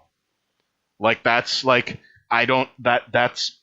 there's something very wrong with that picture, where like there is obsession. To be fair, that stuff's probably existed for much longer than we're aware of, but now that we have the internet, that kind of information exchange is just so much more rapid. Now we just see it happening in real time, aside from just like, oh, I've been stalking this person for months. Yeah. People used to just get murdered. Yeah. Yes. No, like, People used to just get murdered. Well, now no one's filming. You can't just stalk your idol and kill them. Can I make this the title of this video? It should be noted, one of the greatest morality tales of this is how, like, the head of the Selena fan club, she was basically the greatest Selena stalker of all time. And, like, she was like, you know, we should start a Selena fan club. Go away. We should start a Selena fan club. Go away. We should start a Selena fan club. Okay, fine. And then she became the president of the fan club. And then she was approached for, like, skimming off the top and embezzling money. And then she killed Selena. So, yeah. Oh, really? That's usually the thing with female stalkers, that they usually don't kill their people. It's the male ones, but good for her. Yeah, I mean, like, she had to step it up. She had to step it up. I'm still not over the phrase. It has so much nostalgia. You remember the times when people used to just be killed? Well, and like, here's wrapping this back to the cop thing a little bit, is like, back in the day, like, cops used to be like way more corrupt and used to just do whatever the fuck they wanted. But part of the reason that was tolerated is a fair amount of the time, like, the people living there were cool with the cops doing that. Where, like, sometimes the cops would just shoot someone that was pissing everyone off, and people were just like, fuck, whatever. Yeah. Or like the end of the people. Yeah, or like at the end of, I mean, if you were black, this was really not good for you, but like at the end of To Kill a Mockingbird, where the sheriff is like, hey, we're just gonna pretend that Boo Radley didn't fucking stab the creepy stalker child murderer man, and we're all gonna just be cool with this. Like, shit like that used to happen a lot too. And part of the thing is, people are okay with cop corruption if it's like serving the community usually, or they think it is. The problem is when you have like really split communities that want really different shit and identify with different people in it, then that doesn't work. Oh, yeah. One of my favorite examples of what Green just pointed out is there's an episode of The Simpsons where Marge becomes a cop, all right? I remember that. And she walks into the Quickie Mart, and Apu kind of like has this exasperated sigh, and he goes, okay, how much is it this week? 300, 400. And Marge is like, what are you talking about? And he was like, let's not beat around the bush. I know why you're here. You know, if I'm on your beat, you're who I have to pay each week, right? And she's like, Apu, I'm not about that. And he's like, okay, I'm just going to keep this money on the counter and turn my back. And if I turn around, then it's not there. And Marge is like, well, I'm going to turn my back. And Mr. Burns, like, chugging milk out the carton he just took out the fridge, is walking by. Like, he sees the money, stuffs it in his pocket, and keeps walking. So then Marge and Apu turn back around and goes, and that's that. So, like such a thing was tolerated. Like, I remember before cops had body cameras, like, they got away with so much corruption, it was gross. Like all right, Munoxxus, when you had a gun pulled on you because you were just hanging out in the park. I remember walking home at like 3:30 in the morning. What looked like a Crown Victoria, you know, like the black private taxis, not like the yellow cabs, but like the Crown Victoria, like Oldsmobile like taxis. It drove up onto the curb. Both doors opened up, and a guy, his hand was in the shit's gonna go down position, like breaking leather, where they like all right, and he was like on his side, right, and he was like, show me your ID, show me your fucking ID, and I'm like, my hands are up, but I have to reach for my wallet, because I immediately felt like, oh, like if this doesn't go right, your journey's over, and there's no press R to restart.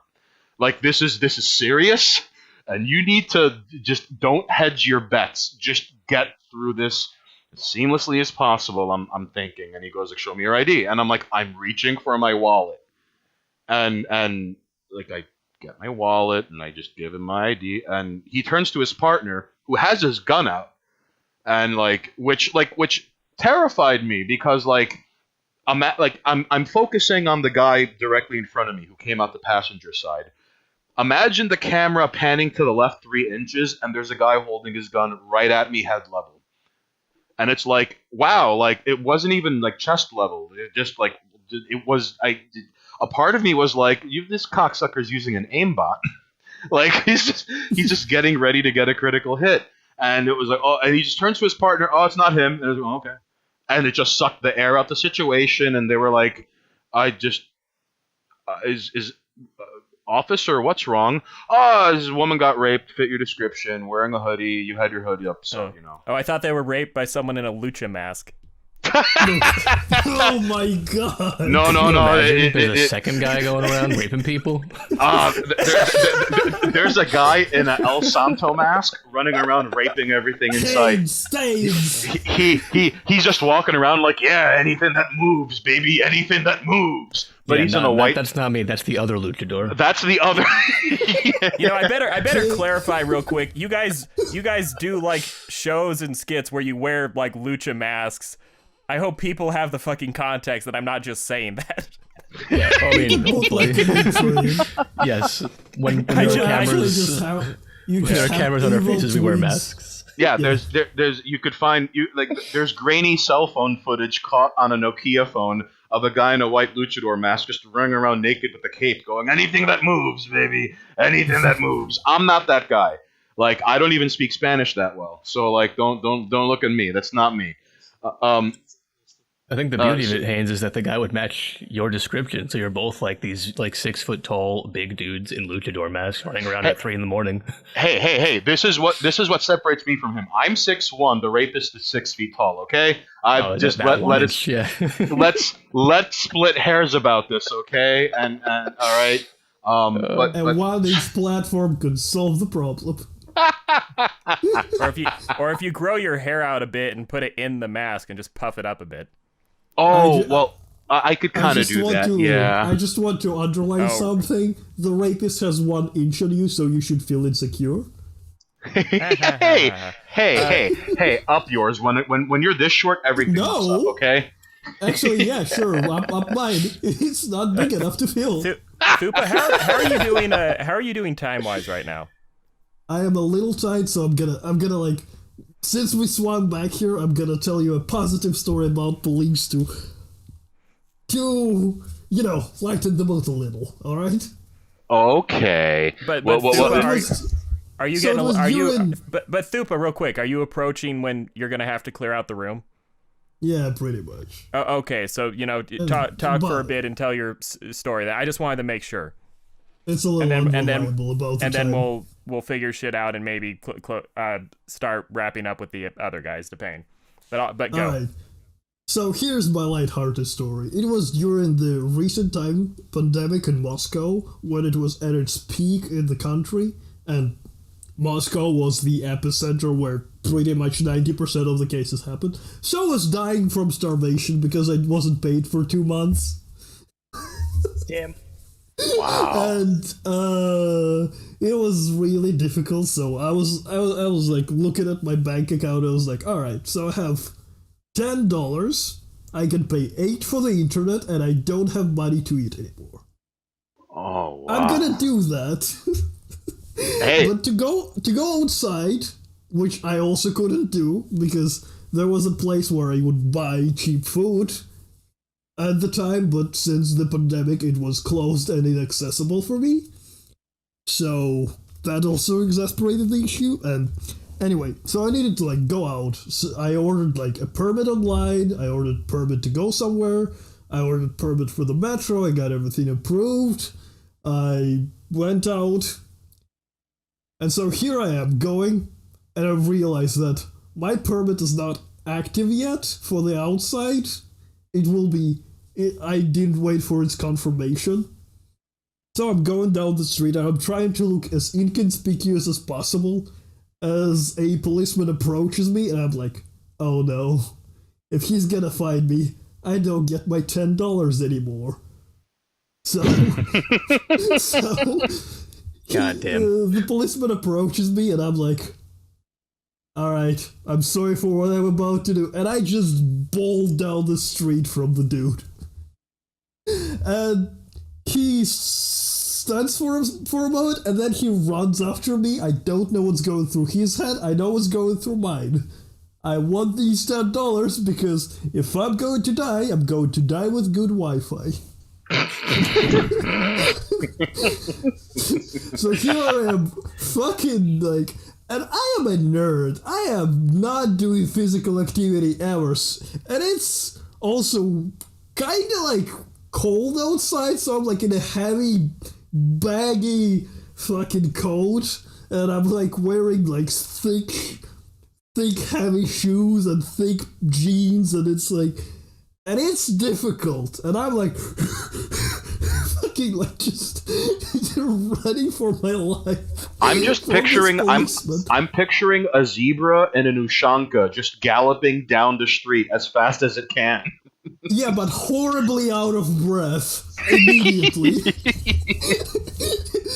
And so I just like run from this guy, and I look back, and he's ganging at me with no particular difficulty. So I want to like do some fancy shit, and I like try to jump a small like knee-high fence, and I stumble over it, fucking face plant into the mud and kind of layer of snow that was there.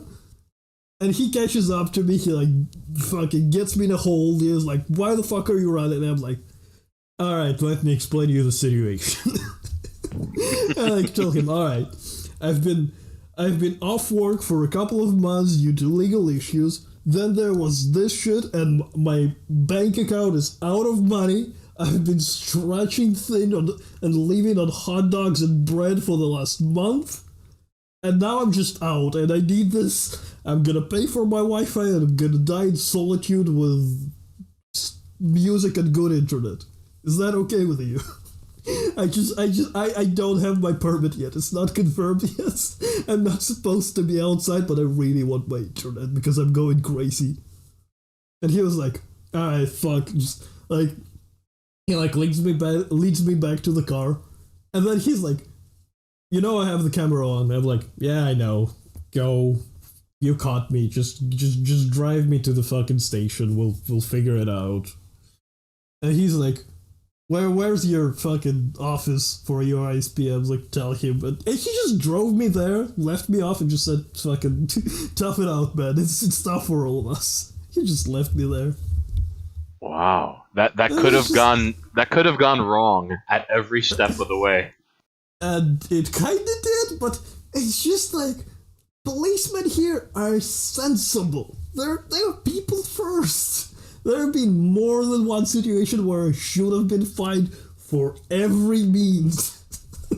I mean, for the record, I acted like a complete panicked retard. Like, just for the record, even though like we can shit on the cops here like nonstop, generally, like most of my interactions with police officers have been positive.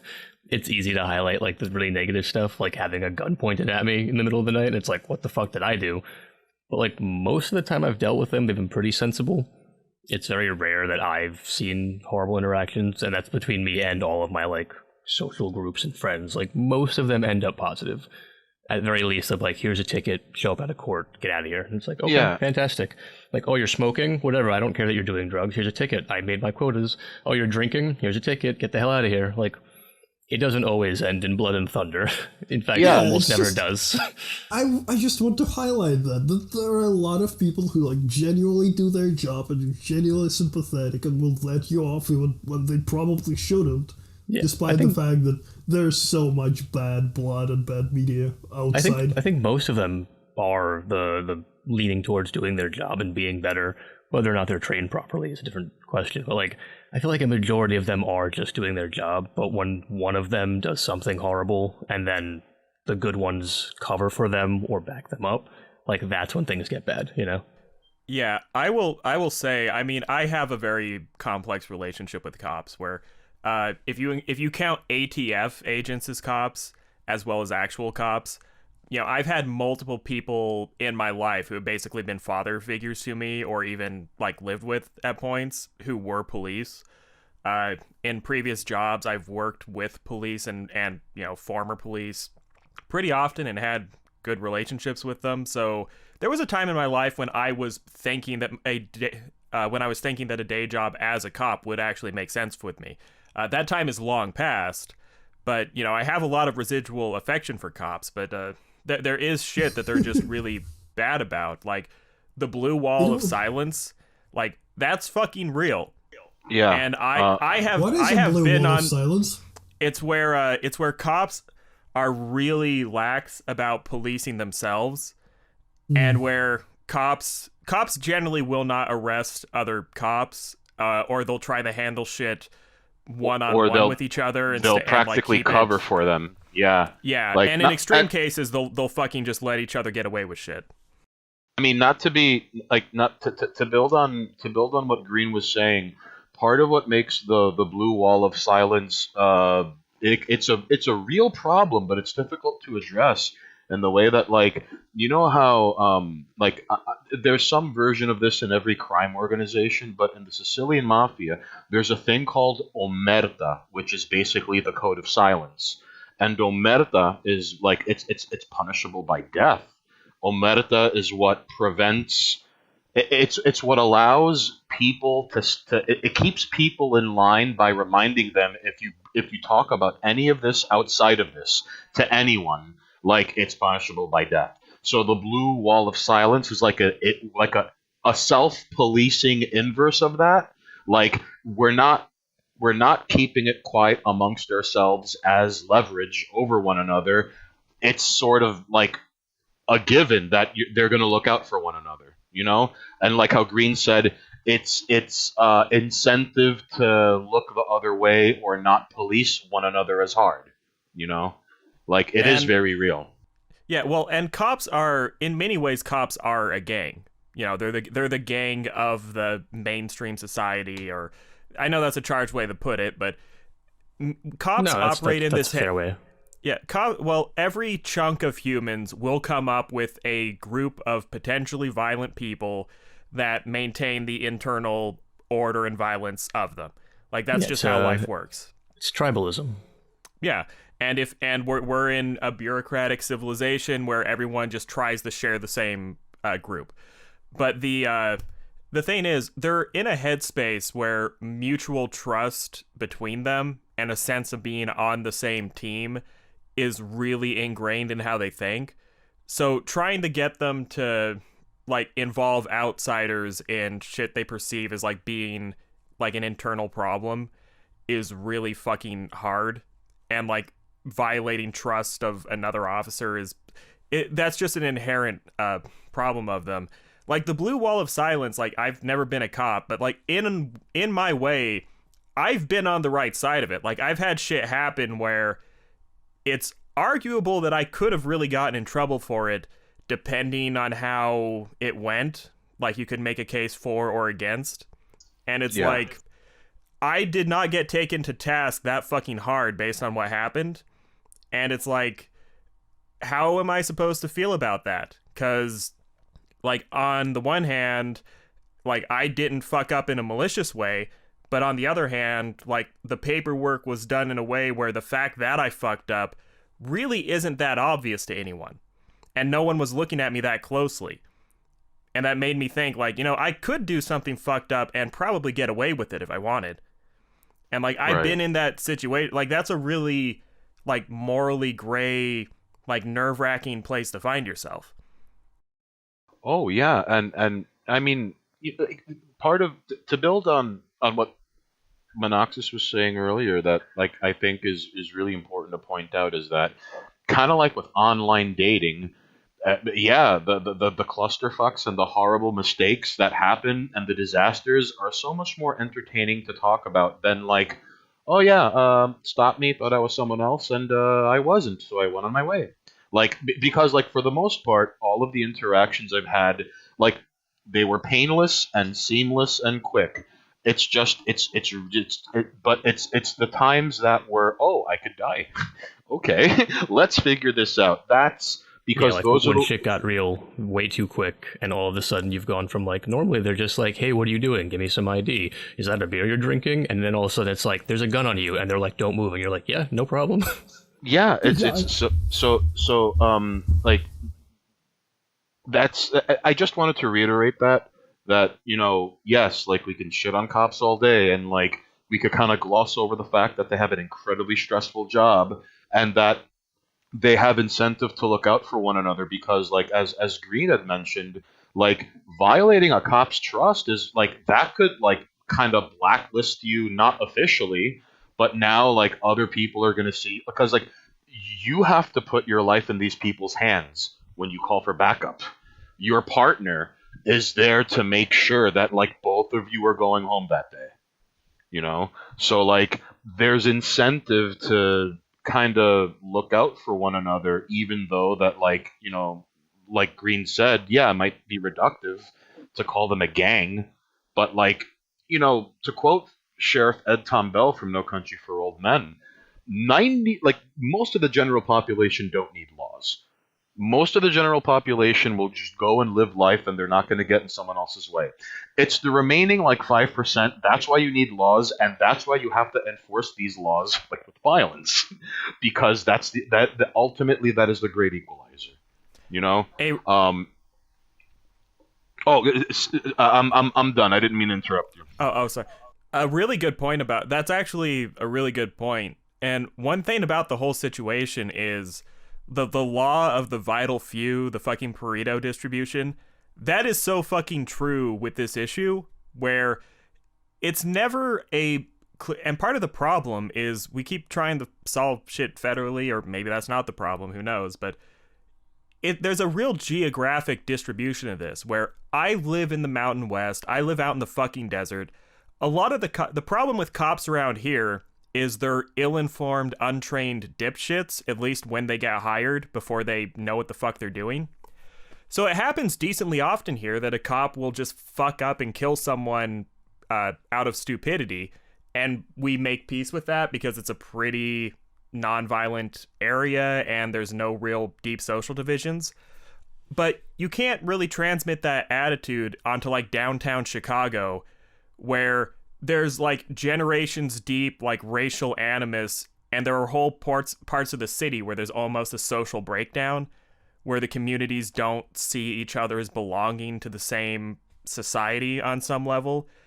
And if you like took a map of the places where the police situation is really fucking bad, it's like there'd be these little pockets where almost all of the problem is, but we're trying to impose the same answers on like the whole country. And it's like you can map out like 80% of the country where people are fine with cops. It's in that remaining 20% where like you need to focus and figure out what the fuck to do.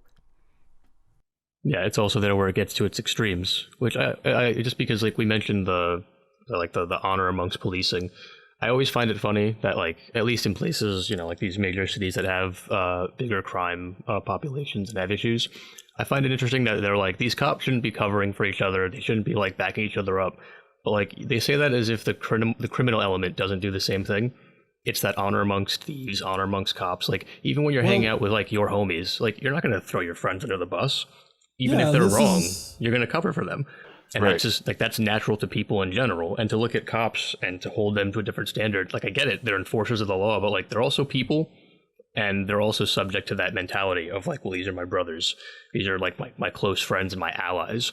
And our enemy are these people who are doing the same thing, but for each other.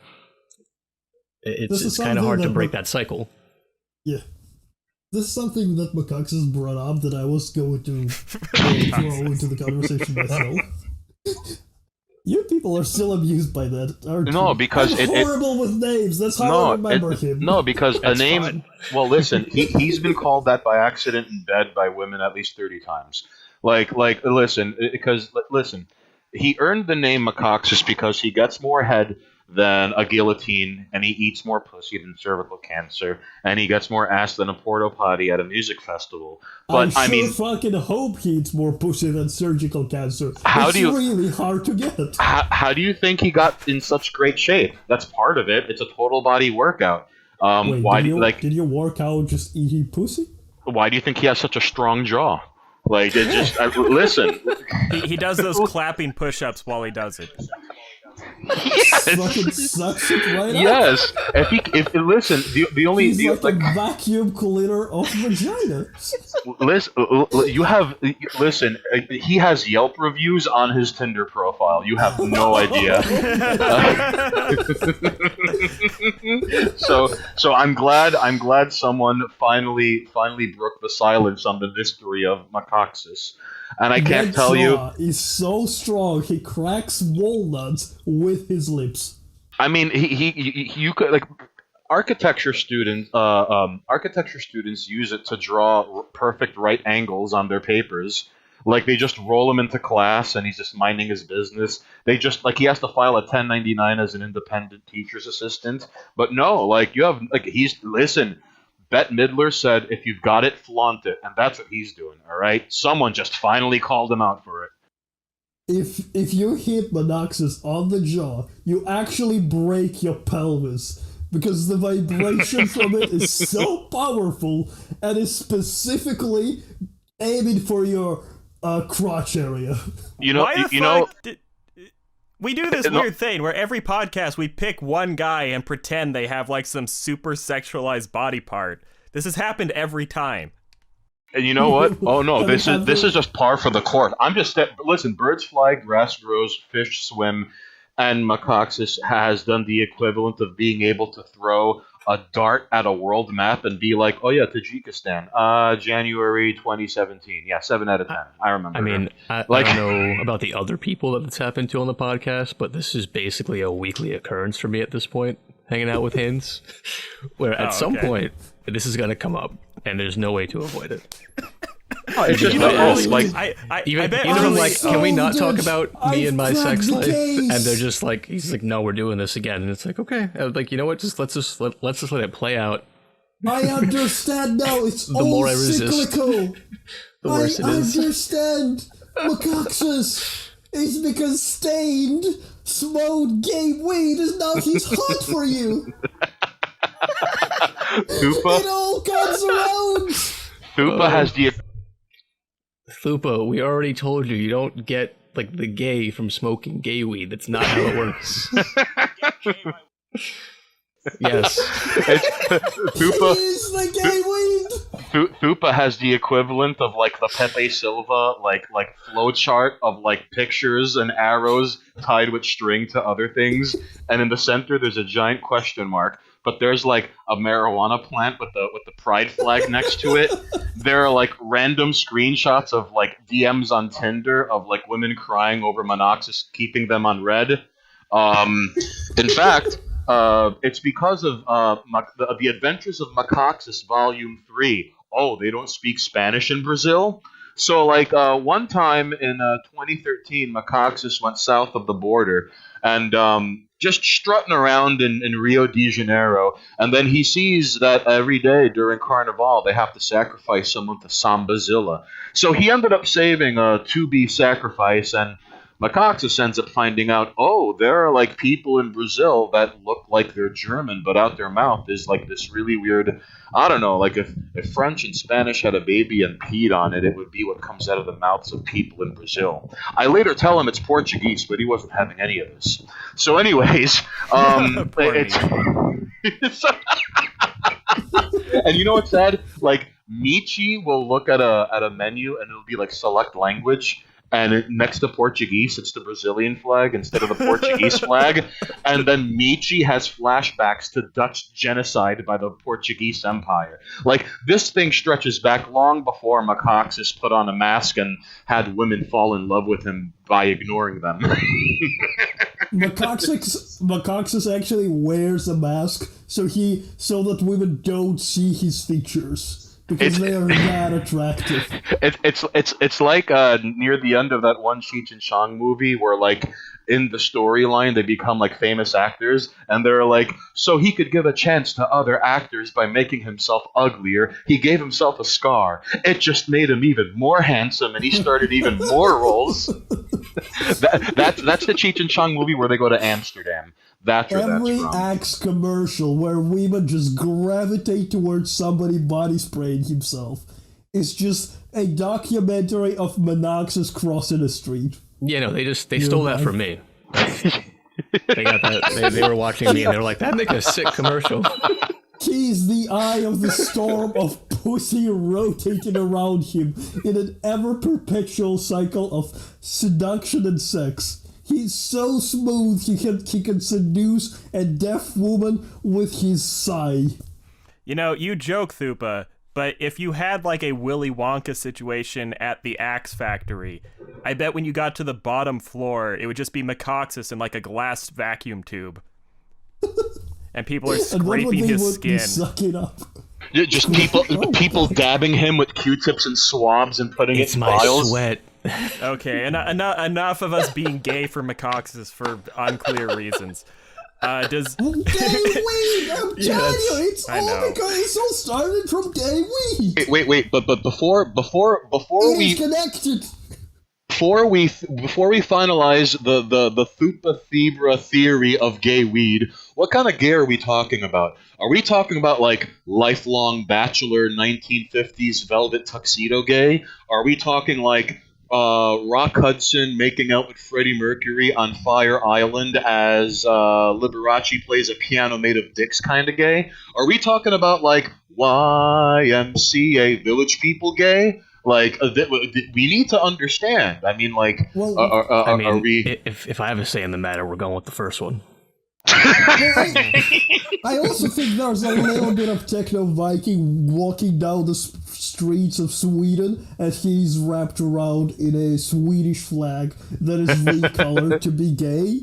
But there is a little bit of Paula Dean playing in the background, and somebody smearing butter on the pavement as the Viking is walking along it. Just a reminder to anyone listening: we do not endorse the haram practices of Paula Dean because she has a ham magnet in her mouth, and that's why she looks the way she does. I have to say this: road traffic is important. Cross the street. And don't do it before looking at either side. Check for traffic, and don't smear butter over crosswalks because it's horrendous. Don't smear butter on anything without consent. I now have no idea what the fuck we're even talking about. That's fair. Smear butter on Munoxxus, please. No, please don't. It's because Green really can't believe it's not butter. And that's on you, dude. That's not like, listen, dude, I can't help you with this. I'm sorry. Green is a sexual deviant. He prefers margarine. Coconut oil, right? I prefer coconut oil. Sounds like a fucking e-girl. It's better for the skin. But let's just touch bases real quick. Munoxxus, is that a Hanes, penis allegory? Shut the fuck up. I'm trying to be the host guy. How are you guys talking about dicks? How are you guys doing? Yeah, I am. Hanes and Munoxxus. How are you guys? How are you guys doing with time right now? Because it feels like Thupa's wrapping up. I have to step off for a hot minute, but I can come back and continue for a little bit. But I do have to step off for like a minute or two right now. Yeah, ditto. Munoxxus, if you wanna, if you need to step away, I could hold the fort. Like I'm good with time. Honestly, I'm glad. I'm glad we had Thupa as long as he was on. I don't wanna hassle him or anything. If I miss Thupa from stepping away, it was a pleasure, and have a nice day, sir. If you're still there when I come back, I'll say goodbye again. Yeah, we'll be dicks again. It is always a pleasure to be in your presence.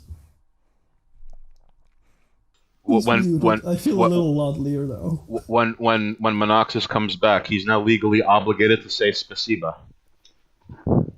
Okay, but while we have you here, I could stand up and walk around for a sec. Thupa, if you seem like you're wrapping up. Like, are you gonna say bye now, or are you just gonna drop out randomly? I'm probably gonna drop out randomly because I'm uncertain as to how much time I have, but definitely not a lot. Why don't we take a moment, Hanes?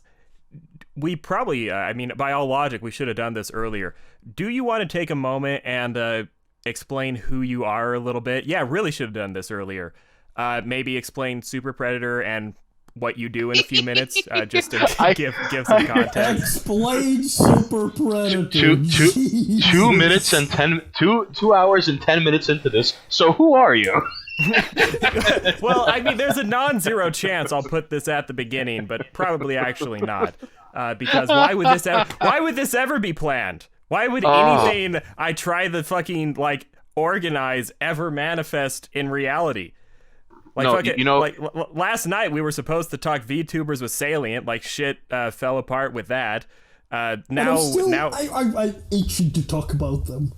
Well, okay, here's the thing. I don't think Hanes and Munoxxus are like VTubers enough that like what we talked about is probably fine. You two are like you and Salient are actually like guys who are into that shit. So that's a potential thing we could hit again later. Hey, Hanes, you weren't here for it. Like the one time I tried to do show prep, it was the biggest fucking disaster. Oh yeah, like, I could sympathize with you because every time Munoxxus and I have streamed, like for whatever reason, when because before we stream we hang out, and in fact part of what makes streaming so fun with him is that like streaming is basically us hanging out but on camera. Like that's the only it's the only difference is that it's live. So what happens is every time we've streamed and it was like so sorry that I have to diminish from your interaction. No, Thupa, if you gotta go, like I'm glad. You're glad, yeah. I'm glad. Hey, you take that back. No, listen, Thupa, it was great being able to commiserate with you beyond words on a screen. And I appreciate you taking the time out of your day, evening, or I don't know if you're standing between the sun and the moon right now, somewhere in Moscow, deep in the Russian woods. But it was great to speak to you, man. I hope to see you again soon. Hey, I hope to have you here at least more. I'd love that, dude. Just let us know when you're free, and we'll make a plan, man. It's always Wednesday. This entire production is based around Thupa having like one day off. Bravo. Yeah, basically, I'm trying work stupid hours, and today, like on Wednesday, I will usually like just say I'm going on a coffee break, and I'll just leave work. Oh, kind of like when a father goes, I'm going for a pack of cigarettes and leaves forever. Yeah, I do that every Wednesday. Oh my because God. I have like one day off a week usually. Even that's not always consistent. Like it's such a fucking bizarre thing because like from my perspective, you would think as the unemployed like druggy crazy person, like I would be the problem or I would be the hard one to like pin down or shit.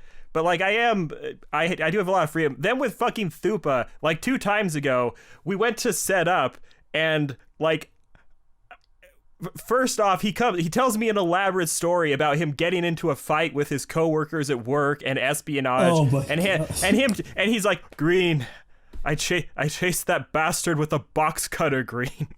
Look, I lost it. And then we're sitting there, and Thupa's like perishing and ready to die. And then we're like, I spent all yesterday watching the movie that like he suggested we do, and he's like, he tells me the story about him trying to murder someone. And he's like, oh, Green, I don't know if I have anything to say about this movie. And I like wanted to punch my computer so bad. Listen, number one, they do things differently in Russia, and you're going to be forced to come to terms with this sooner rather than later. Okay, Green, I'm sorry, but you know, number 2, the times Munoxxus and I streamed, if it was like, oh shit, dude, we should have been streaming like 10 minutes ago, and then we set up on no notice, no problem. If it's like we're going live at 6 and it's 5:15 and we're setting up, the camera's not picking up audio. I don't know why. 20 minutes later, he's like, now like we're like yelling at the mixing board, and then like Streamlabs doesn't want to like, and then if we found out if you rename something on Streamlabs, it just stops working. It's always Streamlabs. It just Jesus. So no, I was just Green was lamenting on how the harder he prepares for the podcast, the greater difficulties he encounters.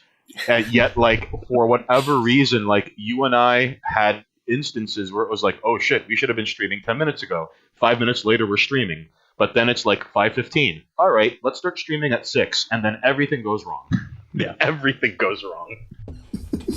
I just like ridiculous. how Green, you were so exasperated with that podcast, but it actually was probably one of the better ones we've made. Well, Despite the fact that I'm deeply emotionally distraught, exhausted beyond belief physically, and I like we kind of managed it. This has been a night. The thing is, you don't realize trying to do anything with more than one person is inherently a fucking nightmare. Oh, well, I mean, especially over like online, because you can't read each other by looking at each other and seeing who's gearing up to say something and prep something. So it's constantly like chiming in. And Thupa's on the other side of the fucking planet. Yeah. Yeah, well, no one. We don't need to see you. Guess what? You were born on the wrong side of the planet. Yours is stupider. I don't even necessarily disagree with that. You live in the stupid hemisphere. We have snow here. Hey, we have snow here too, but it shows up like 3 times a year. It's fake snow. And our snow is full of delicious carcinogens that give us skin cancer. So I live like 200 miles from the Rocky Mountains, you fucking asshole. Like it doesn't snow here.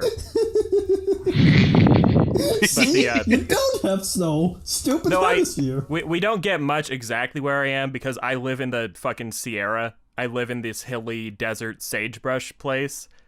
But like we get snow here, just not that much. It'll just land once, then stay. Your hemisphere is so stupid. You consider your grass as sage. The Mormons in Idaho. Hey, don't be angry at him because he's right. The Mormons in Idaho scare the snow away, and that's why it doesn't snow in Utah ever, because it's Mormons. So yeah, the snow says, "Man, that's too white, even for me." I'm sorry. I did used to be the podcast. No. This is going to just be a 3-hour monstrosity that just goes up unedited. That's another thing. The first podcast we did as a group, I edited it like I would edit a fucking movie, and fucking never again. It's so much easier just to like freeform them and let them go. It sure is, isn't it? I should just make Thupa do it because that's what he would do. I'm curious how you'll represent Munoxxus and I on the table of the 3 like anime schoolgirls like you have on other videos. Like, are you just gonna like put 2 heads on the same anime girl, and whenever like Munoxxus or I chime in, I don't know. I might have to have the Thupa like Photoshop in Azumanga Daioh and Mucha Lucha, the old fucking Saturday morning TV show. No. We're going with bo bo bo bo bo bo bo bo bo. No. Yeah. You're gonna have to need a mask though for the purpose of the rape joke. We need that needs the work. You need a mask for the purpose of the rape joke. We need Hugh Hefner depicted in The Simpsons, but a ballroom mask over him, and that'll be Munoxxus. Like just like some dude in a velvet bathrobe and a ballroom mask. That's. I mean, hey, listen, that's him right now. You don't even need like to turn the camera on, dude. I'm just gonna look through statues, put a Munoxxus mask on a chiseled statue of marble, and then have 3 characters that are bowing down to it. Fuck, do it. And its feet. Have fun with that. Look, just use David and enlarge the dick. Absolutely. That schlong is gonna be massive. Just Photoshop it so it looks like a baby's forearm gripping an apple with pencils for veins. Like that's as close as to accurate depiction as you could get. The veins are going to be the baby's forearm. Just make sure it's tasteful and not comical. And definitely don't put Michi's characters like as the head of the penis. Like never do that. Look, you're giving me ideas, and you're doing it intentionally. What kind of tasteful are we talking about? Are we talking about like as tasteful? In a tongue will be licking it. Oh, I thought you meant tasteful. Like there's gonna be a lens flare, and like every time Munoxxus speaks, there are speed lines behind him. It's gonna be anime level of censorship, where it's just somebody's hand or like a beam of pure white light. Okay, I'm going to intervene here for reasons. I will say we should probably do this, especially now that Munoxxus is here. It doesn't need to be super detailed. It's partially because I don't even completely understand, even though Thupa has explained it like 3 times. Can you guys just... Yes, well, like once. I remember I was doing dishes and you were talking to me, so I wasn't paying that much attention. Oh, fuck you! Hanes, Munoxxus, if you guys can introduce yourself, just pretend this is the beginning of the podcast. If you guys can introduce yourselves a little bit and just give a brief, some context into who you are and what projects people should know about if they're knowing who you are, I will just be standing around for a second if you guys want to take a few minutes to do that. All right, Munoxxus from the Munoxxus from the middle of the podcast. Didn't you say something about leaving? What the fuck? I dropped like 3 bombs, and then I had to point it out to him because he wasn't listening to me, and he still left them in. It's beautiful. Hey, I couldn't even tell what you were saying. I thought you were speaking Russian. Look, you racist. Look, you Krillic-speaking snow monkey. You said you had to leave. But I don't wanna. It's fun. Make me. Make me. Munoxxus, you go first and remind people your legal name is Munoxxus. We're just calling you what every woman you ignore calls you. Yeah, I got that. What, you think I'm gonna go by that? No. Okay, well, I mean, first off, yeah, I'm Munoxxus.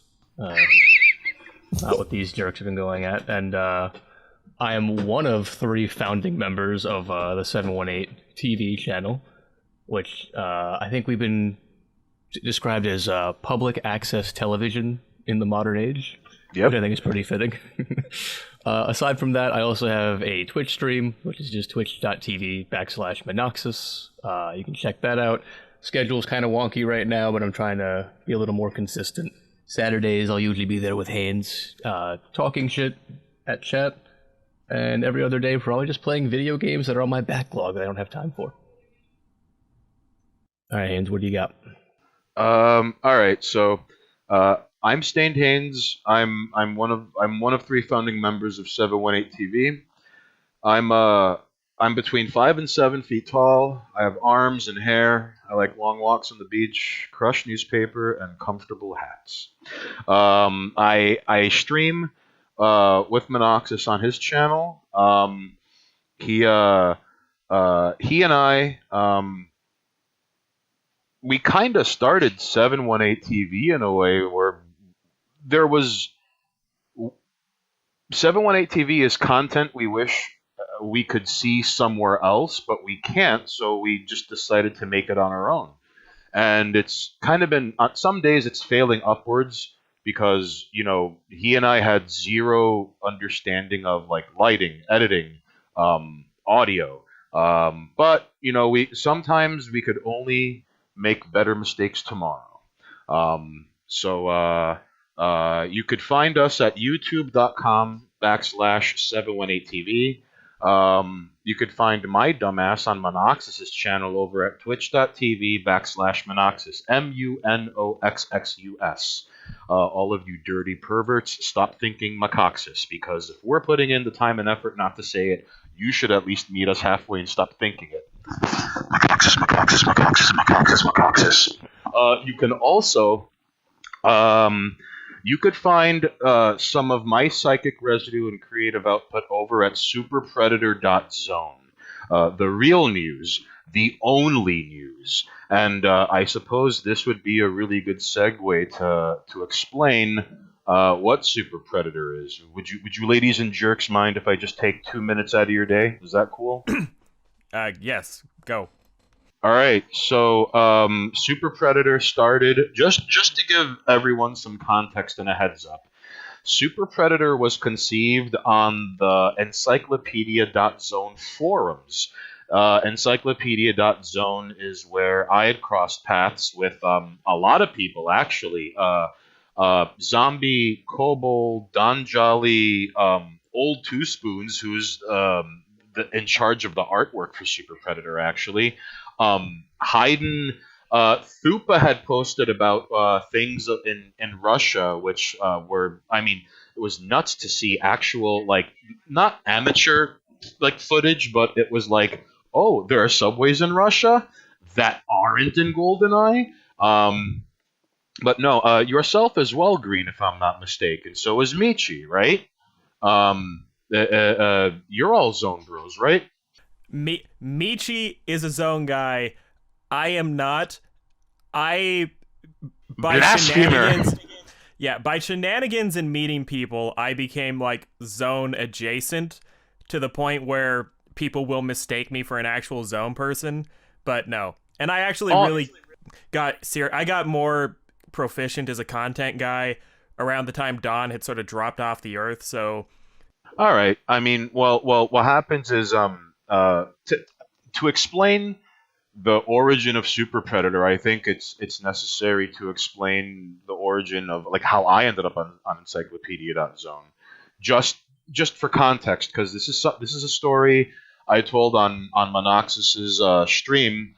But TLDR, one day I'm watching Hide Wars. I think it's episode 17 where he had Don Jolly on it.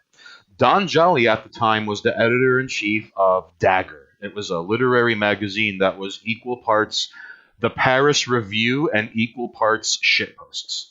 What I loved about Dagger is that there were things in the physical issue not in the website and vice versa. That's something that carried over onto Super Predator.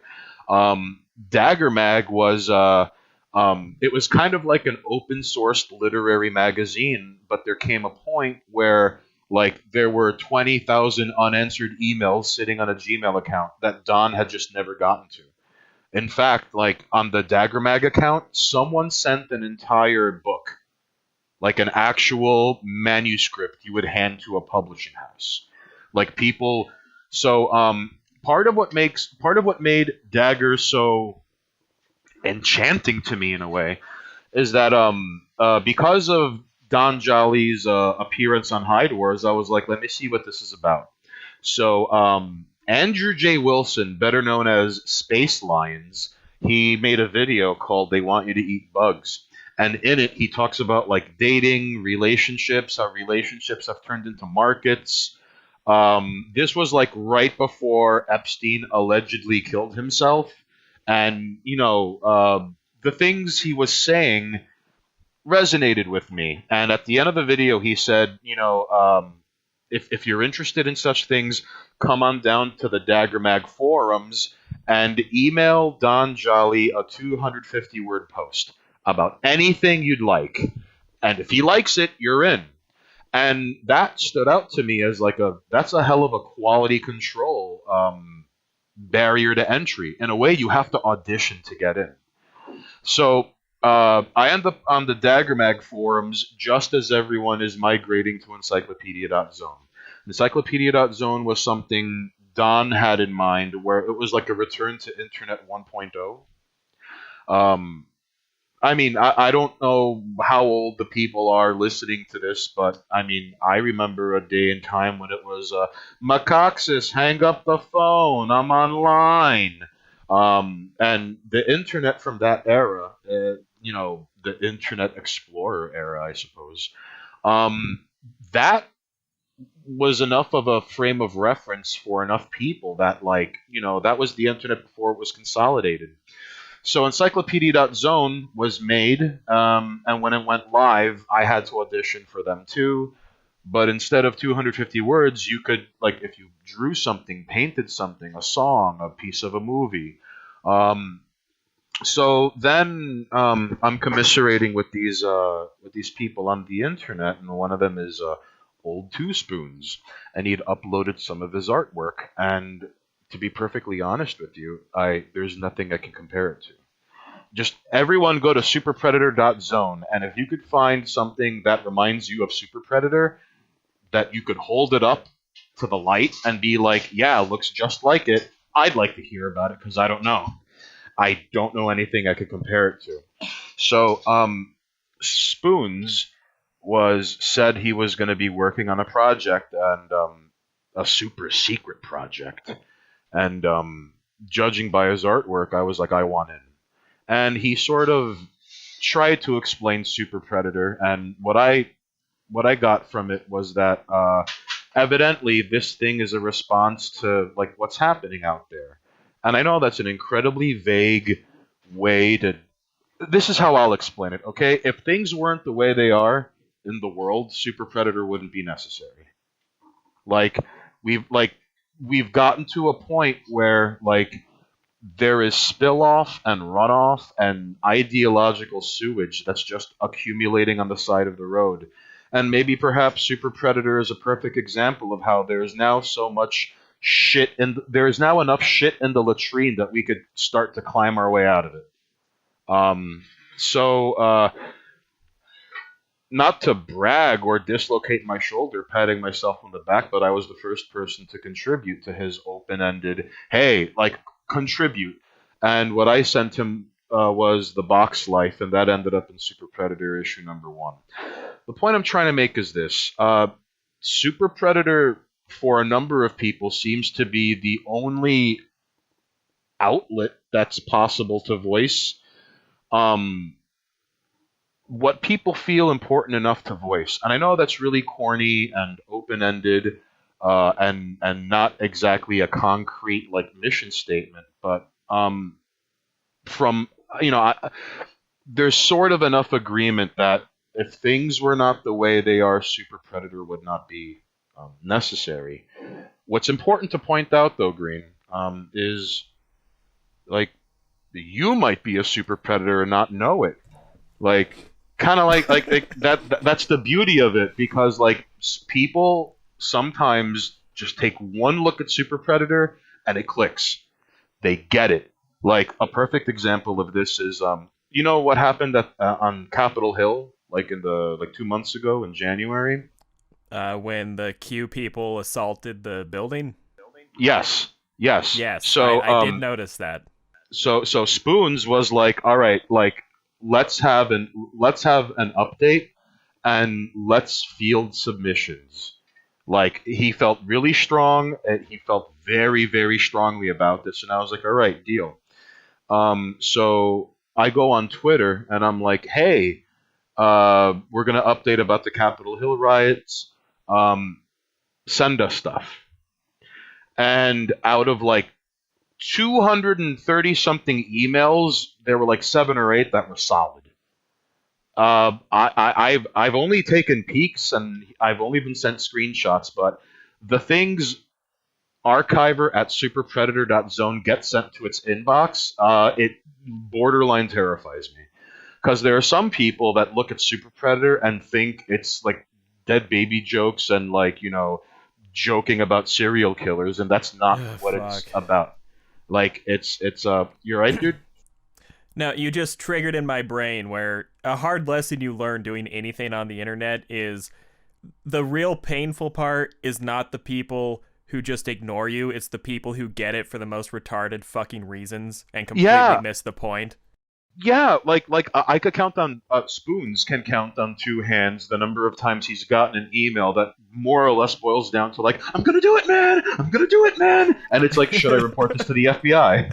Like it just, in fact, but here's the beauty of it. Okay, there was an update where it honestly looked like a prayer or like an incantation, and whoever wrote this invoked like things of Abrahamic faiths, but was also invoking things like Marduk, the figure of like the Babylonian pantheon, and like he sent it from an encrypted email that sort of self-destructed after opening the email, because like he replied back to him going like, dude, this is great, can we use it for the update? And it said this account doesn't exist.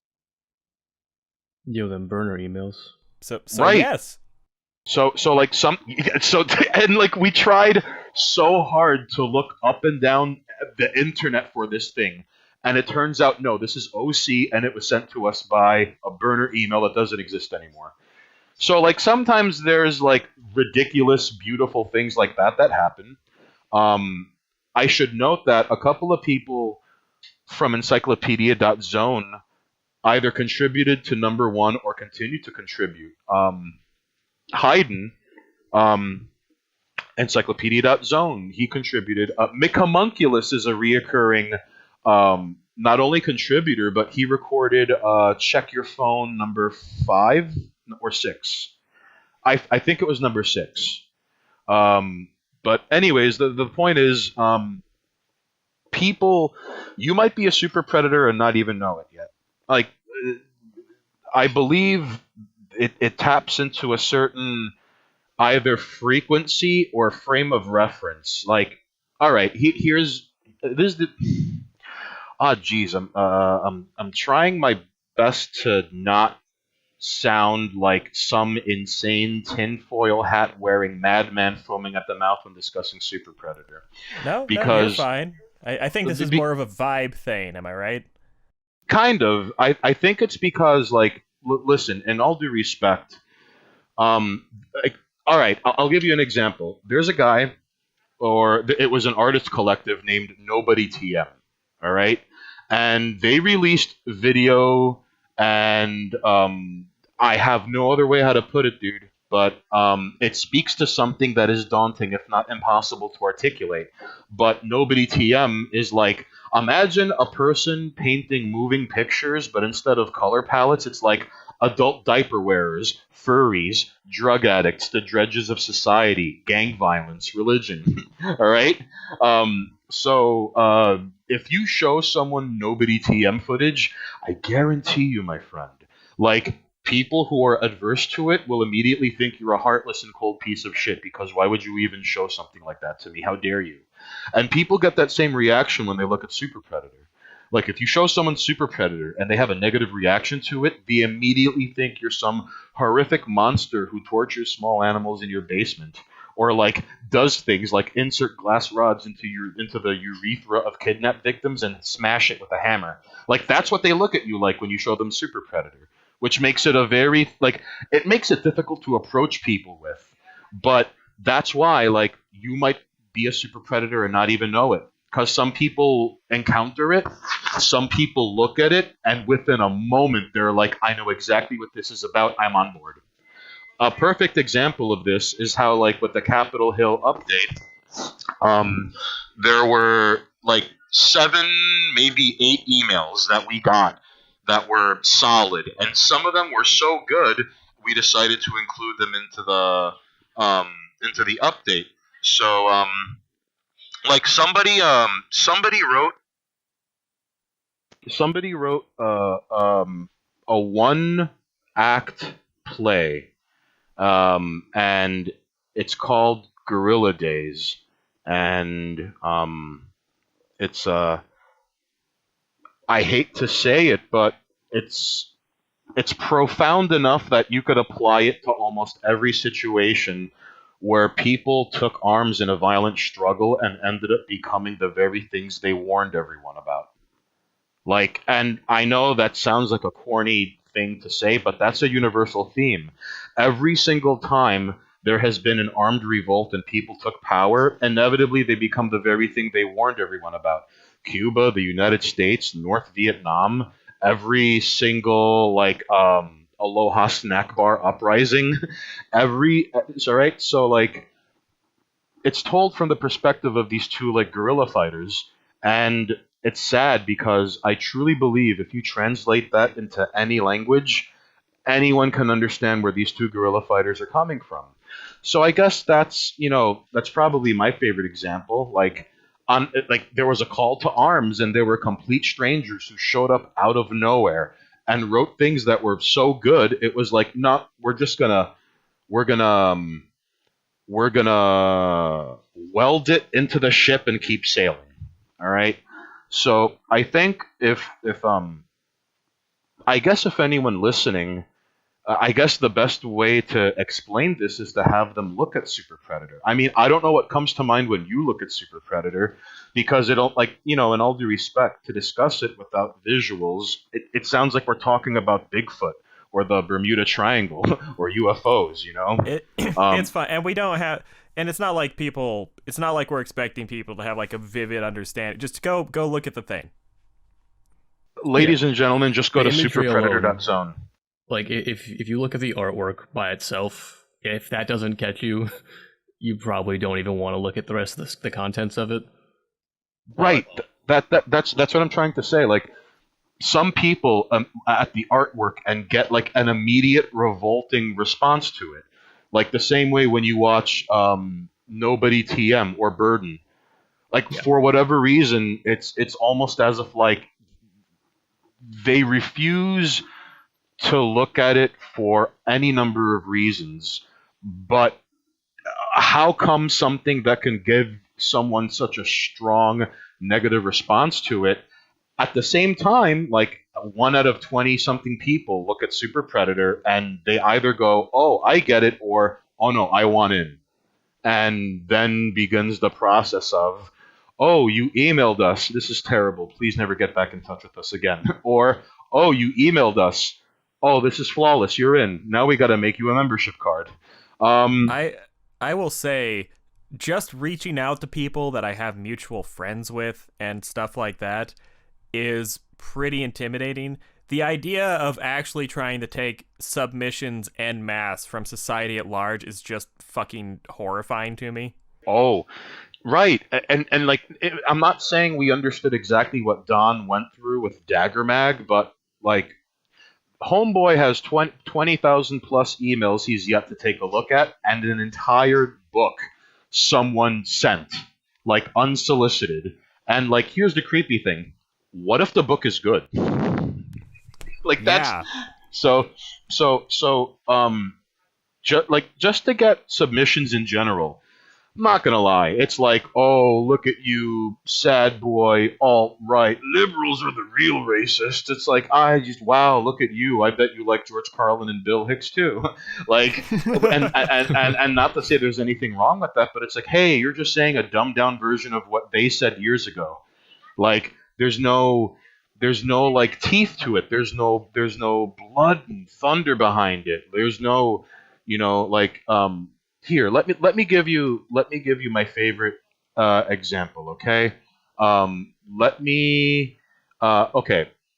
I know it looks silly, okay, on the surface, to say such a thing, but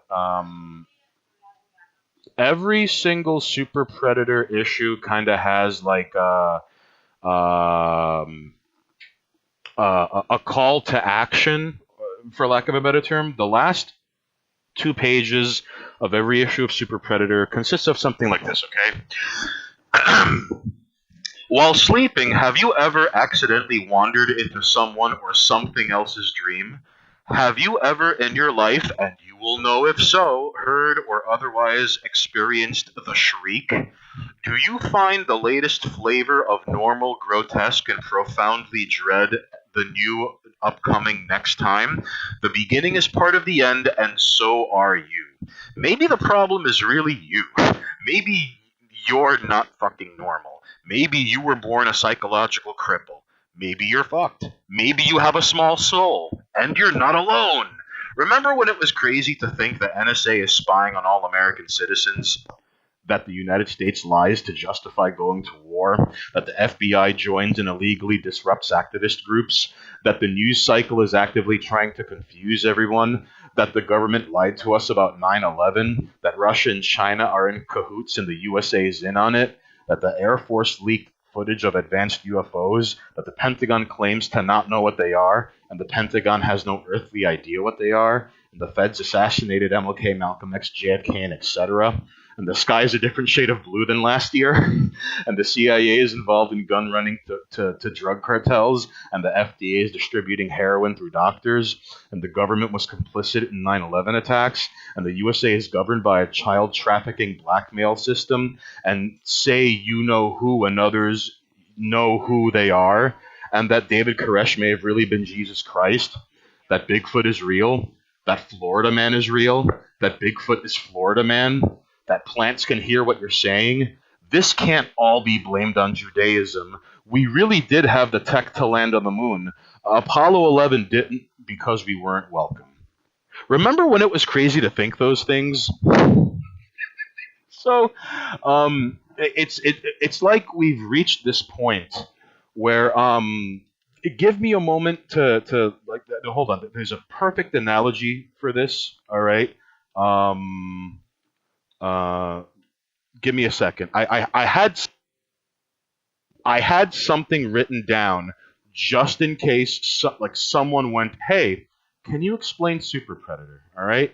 Hold on. Give me 2 seconds. Hold on. Just give me 2 seconds. All right. Hang on. Hold on. Grab your ankles at Slumber Slam. Hold on, Green. Oh, okay. This man's got to go get his notebook. I'm good. I've been on this end of the Super Predator explanation before, so it's nothing new to me.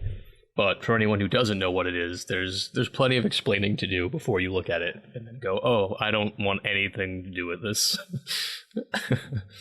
And as you can see, Hanes is very passionate about getting people into that.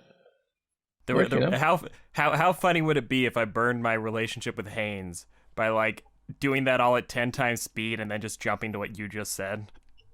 I mean, I don't think it would really ruin the relationship. It would be kind of funny. Oh, good. I've done that would be no. That would be fucking hilarious, and you have to set it to Ren and Stimpy production music. I won't do that. Or death metal. I mean, I suspect I might trim that a bit because I think there were a few things that were said twice, but we don't. Did you find your notebook, Hanes? God knows, there's so many. Hang on.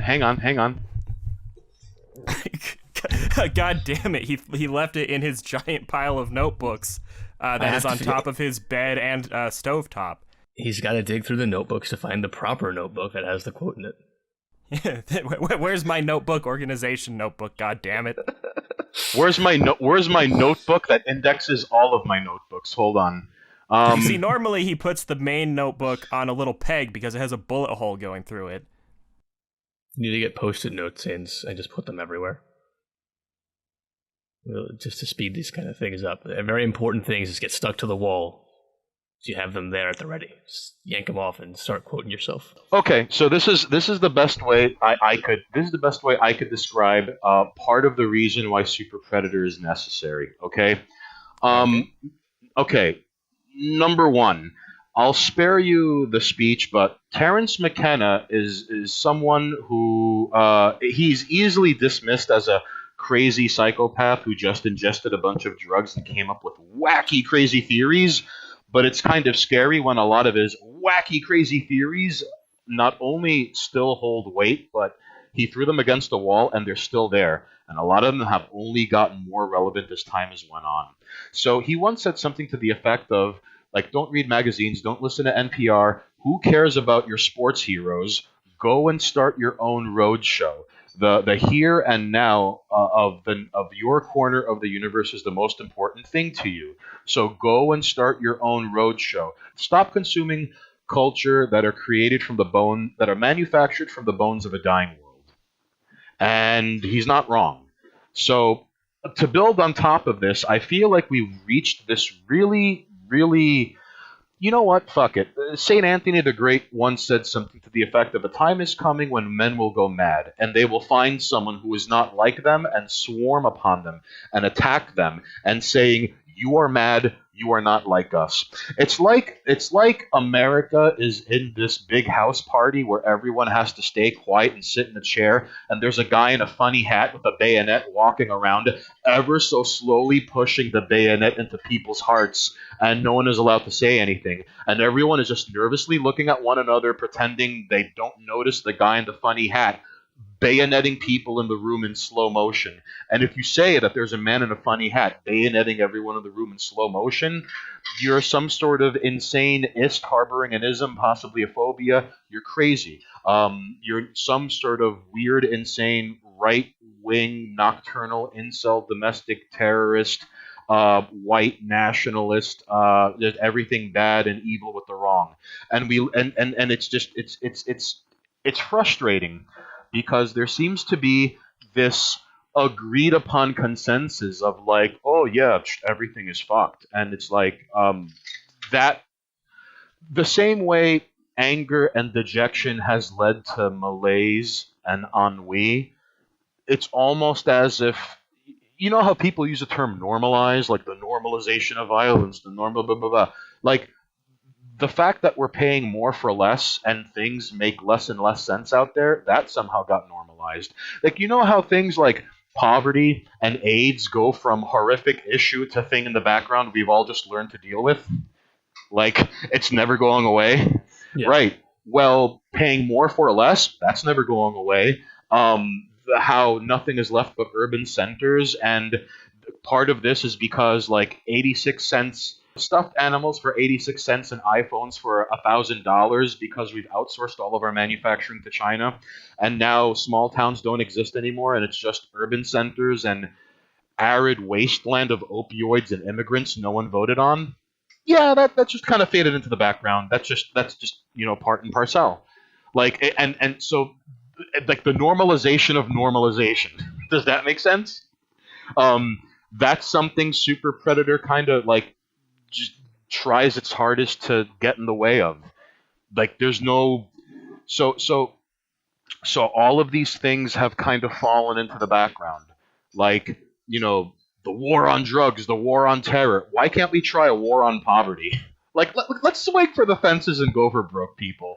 Like, again, it's like everyone is sitting in this it's like everyone got invited to a party, and you get there, and you take a seat, and it's just a guy in a funny hat, slow motion, bayoneting everyone in the room. And you're not allowed to talk about it, you're not allowed to mention it, even though everyone is nervously looking at one another going, oh, crap, the clown's almost done with green. I hope he doesn't start. I don't hope he doesn't come for me. And everyone's afraid that if they acknowledge the bayonet man, they will be the very next person. So yeah, that's let's also not forget that there are probably people who came there for the bayonet man.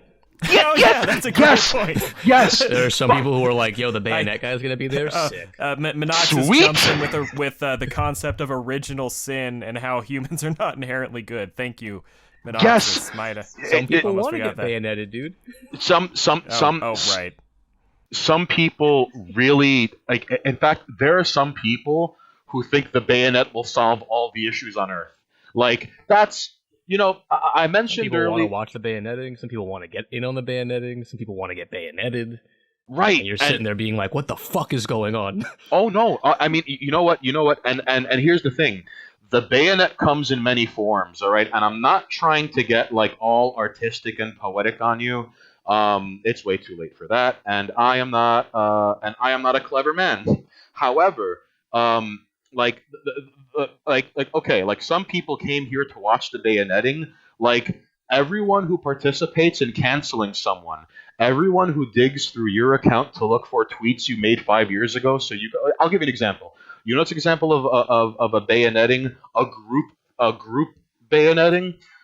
This guy named Shane McGill ended up on SNL, and then he got fired after one episode because someone found a tweet from like 6 years ago and he used the word chink. Now, like the bayoneting didn't come from like the institutional bayonet.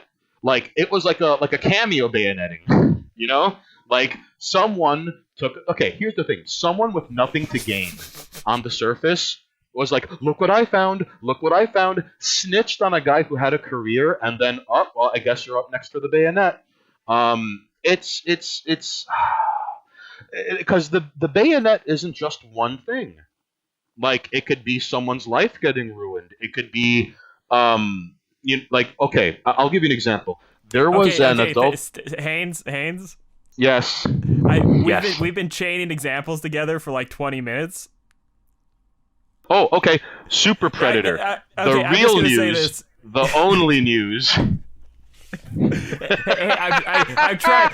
The idea was to let you speak your piece for a bit, but I think I'm realizing like I need to use the restroom.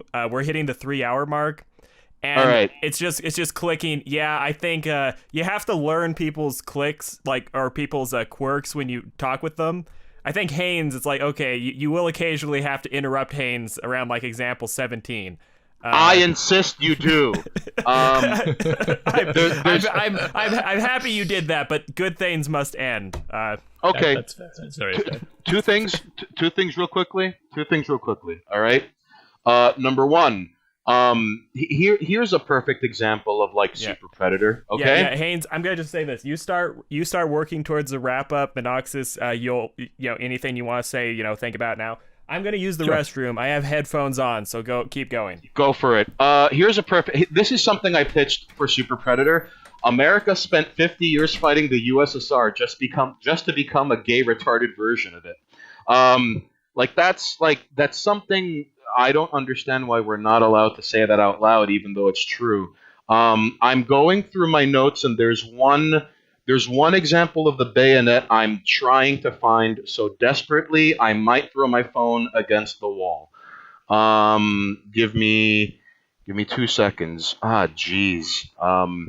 I can't wait to see the final edit of this whole podcast. And I'm kind of waiting to the end game. I'm kind of waiting to hear me sped up at 10 times fast, just set to Ren and Stimpy production music. A speed up, and then it cuts back to normal to get like a bit of it, and then a speed up, and just like rinse and repeat. Hell, I might even pick the Ren and Stimpy music myself. Okay, here's an example. Imagine a guy talking to a woman at a nightclub, and when you're at a nightclub, you gotta shout. Sure, I've been to plenty of nightclubs. So you know how at a bar that's loud, sometimes you have to shout. That's better, sure. All right, bar, concert, why not? So imagine a guy shouting at a woman at a nightclub. So then this black public utility worker shot up his coworkers, and like a month before that, this trans kid and their Antifa buddy shot up their school. They never even said what happened to Notre Dame. It's kind of like the Vegas memory hole is growing. Do you remember Las Vegas? All right, like no one remembers Vegas. That's right. So like so here's the thing. Some people come for the bayoneting. Well, some people come to be like, wow, that guy's talking about the bayonet. What a disgusting racist transphobe piece of shit he is. We should go through his Twitter feed and find things we don't like and take him out of context so we could line him up for the next bayoneting. People feel like they're doing their civic duty because like no one wakes up in the morning and goes, haha, I'm evil. No, Stalin woke up every morning thinking he was on the right side of history. Every dictator does that. So these heartless ghouls with nothing else going on in their lives that are perpetually and recreationally offended, oh man, they are the bayoneting #1 fan. Like they Jesus Louise. So anyways, picture a room full of people, and one by one they're slowly getting bayoneted in slow motion, and the guy doing it is wearing a funny hat. And no one is allowed to talk about the bayoneting. Doing so puts you at risk, and there are some people here for the bayonet. That's where we're at. And Super Predator is trying to point out the man in the funny hat with the bayonet. I mean, personally, obviously I've read the issues because, I get them from you, I get to look at them. I've always found, there's a lot of really cool and insightful stuff in there, and I could see how some people, even people I've shown, they'll take a peek at it, and some of the art will put them off, or they'll read one of the earlier things, which are, like you said, it's meant to point at something and be like, have you noticed that? Or look at this. And sometimes it's not meant to be taken as seriously as you might think, but for some people, they're like, no, I'm taking this to heart, and it's offensive to me that you would point out the thing in this example using the bayoneting man. Like you said, Super Predator will point something out, and they'll be like, why did you have to point at the bayoneting man? Now I have to realize that I'm part of this. Right. Now you can't ignore it. And now you have to... It's very good at that. And a lot of the writers, like you said, there's some really spot-on writing in there. Right, and all right, if you don't mind me like patting myself on the back, I'll give you an Sure. example. I'll give you an example of like the man on the funny hat with the Hey, so bayonet. you gotta chill with the examples, man. Some of this is gonna get cut. You know what? Okay, and speed me up a 10-minute speed, a 10 times speed now. Now, if anyone has ever, okay, if someone has ever worked in an office and then they ran home to watch The Office, they're unfit for society and should just be catapulted into the sun. It is insane how people can work in an office and it's like, oh man, I just can't wait to finish looking at that screen so I can run home and look at good screen. It's insane to me, and that was part of why I wrote The Box Life. It was the very first submission ever taken by Super Predator. TLDR, office work and office culture is crimes against humanity. It's so weird how, okay, the normalization of normalization, okay, office space will, as long as there are offices, office space will be relevant, okay? There are things in that movie that hit way too close to home. That movie was made before 9/11. And if you work in an office right now and you watch Office Space and if it doesn't relate to you, we don't need you in the gene pool. That's it. We don't need you. So, to me, it was always weird how people are like, I work in an office, let me watch The Office. And kind of like that whole parasocial relationships, like, oh, I'm such a Jim. What a Pam thing to say. Wow, Munoxxus, you're acting like such a Dwight right now. And then it bleeds into people's brains because you go on like, okay, Cupid, like, I'm just a Pam looking for her Jim. And it's like, I mean, I hate people that do that in general. Like, that's just weird. Like the comparison from like, I don't know, like TV shows and like media. It's like, oh, no, you're you. Right, You're a person. right. Whoa, calm down there, Munoxxus. I don't know if you've seen Sex in the City, but that was a real Carrie thing to say. Like, Sure. it's right. So now, like, oh, hold on, give me 2 seconds. This It's man. me, actually. Okay. No, up yours. It's stop calling me Green, all right? So like, listen, like the office. Thupa, just don't. Thupa, don't even just fucking. Okay, I'm just gonna. Okay, let's stop. Right, we're at 3:07. Wrap up time. It's wrap right up time. now. I'm gonna. Okay. The office is a great way to make people feel better about the bayoneting. Because, haha, teehee, fictionalized version of what you're seeing. It kind of like how ISIS has, like, mock executions. So, like, when you do get beheaded, you're like, I guess this is happening, and you just take it like a dog. So, like, that's what The Office is. The Office is like a mock execution, but it's your life. Jeez. Because it's not, listen, there's going to be no collapse, there's going to be no happening, it's not going to be Law of the Jungle, where Munoxxus is driving a Morgan Stanley executive's car with lawyer scalps drying on the hood, and he's just hauling ass, driving the wrong way with his lights off at midnight All right, Manhattan. Haynes. No, it's going to be, it's going to be like, there's a poem by T.S. Eliot called The Hollow Men, and it's just about people paying more for less until they're reduced to nothing.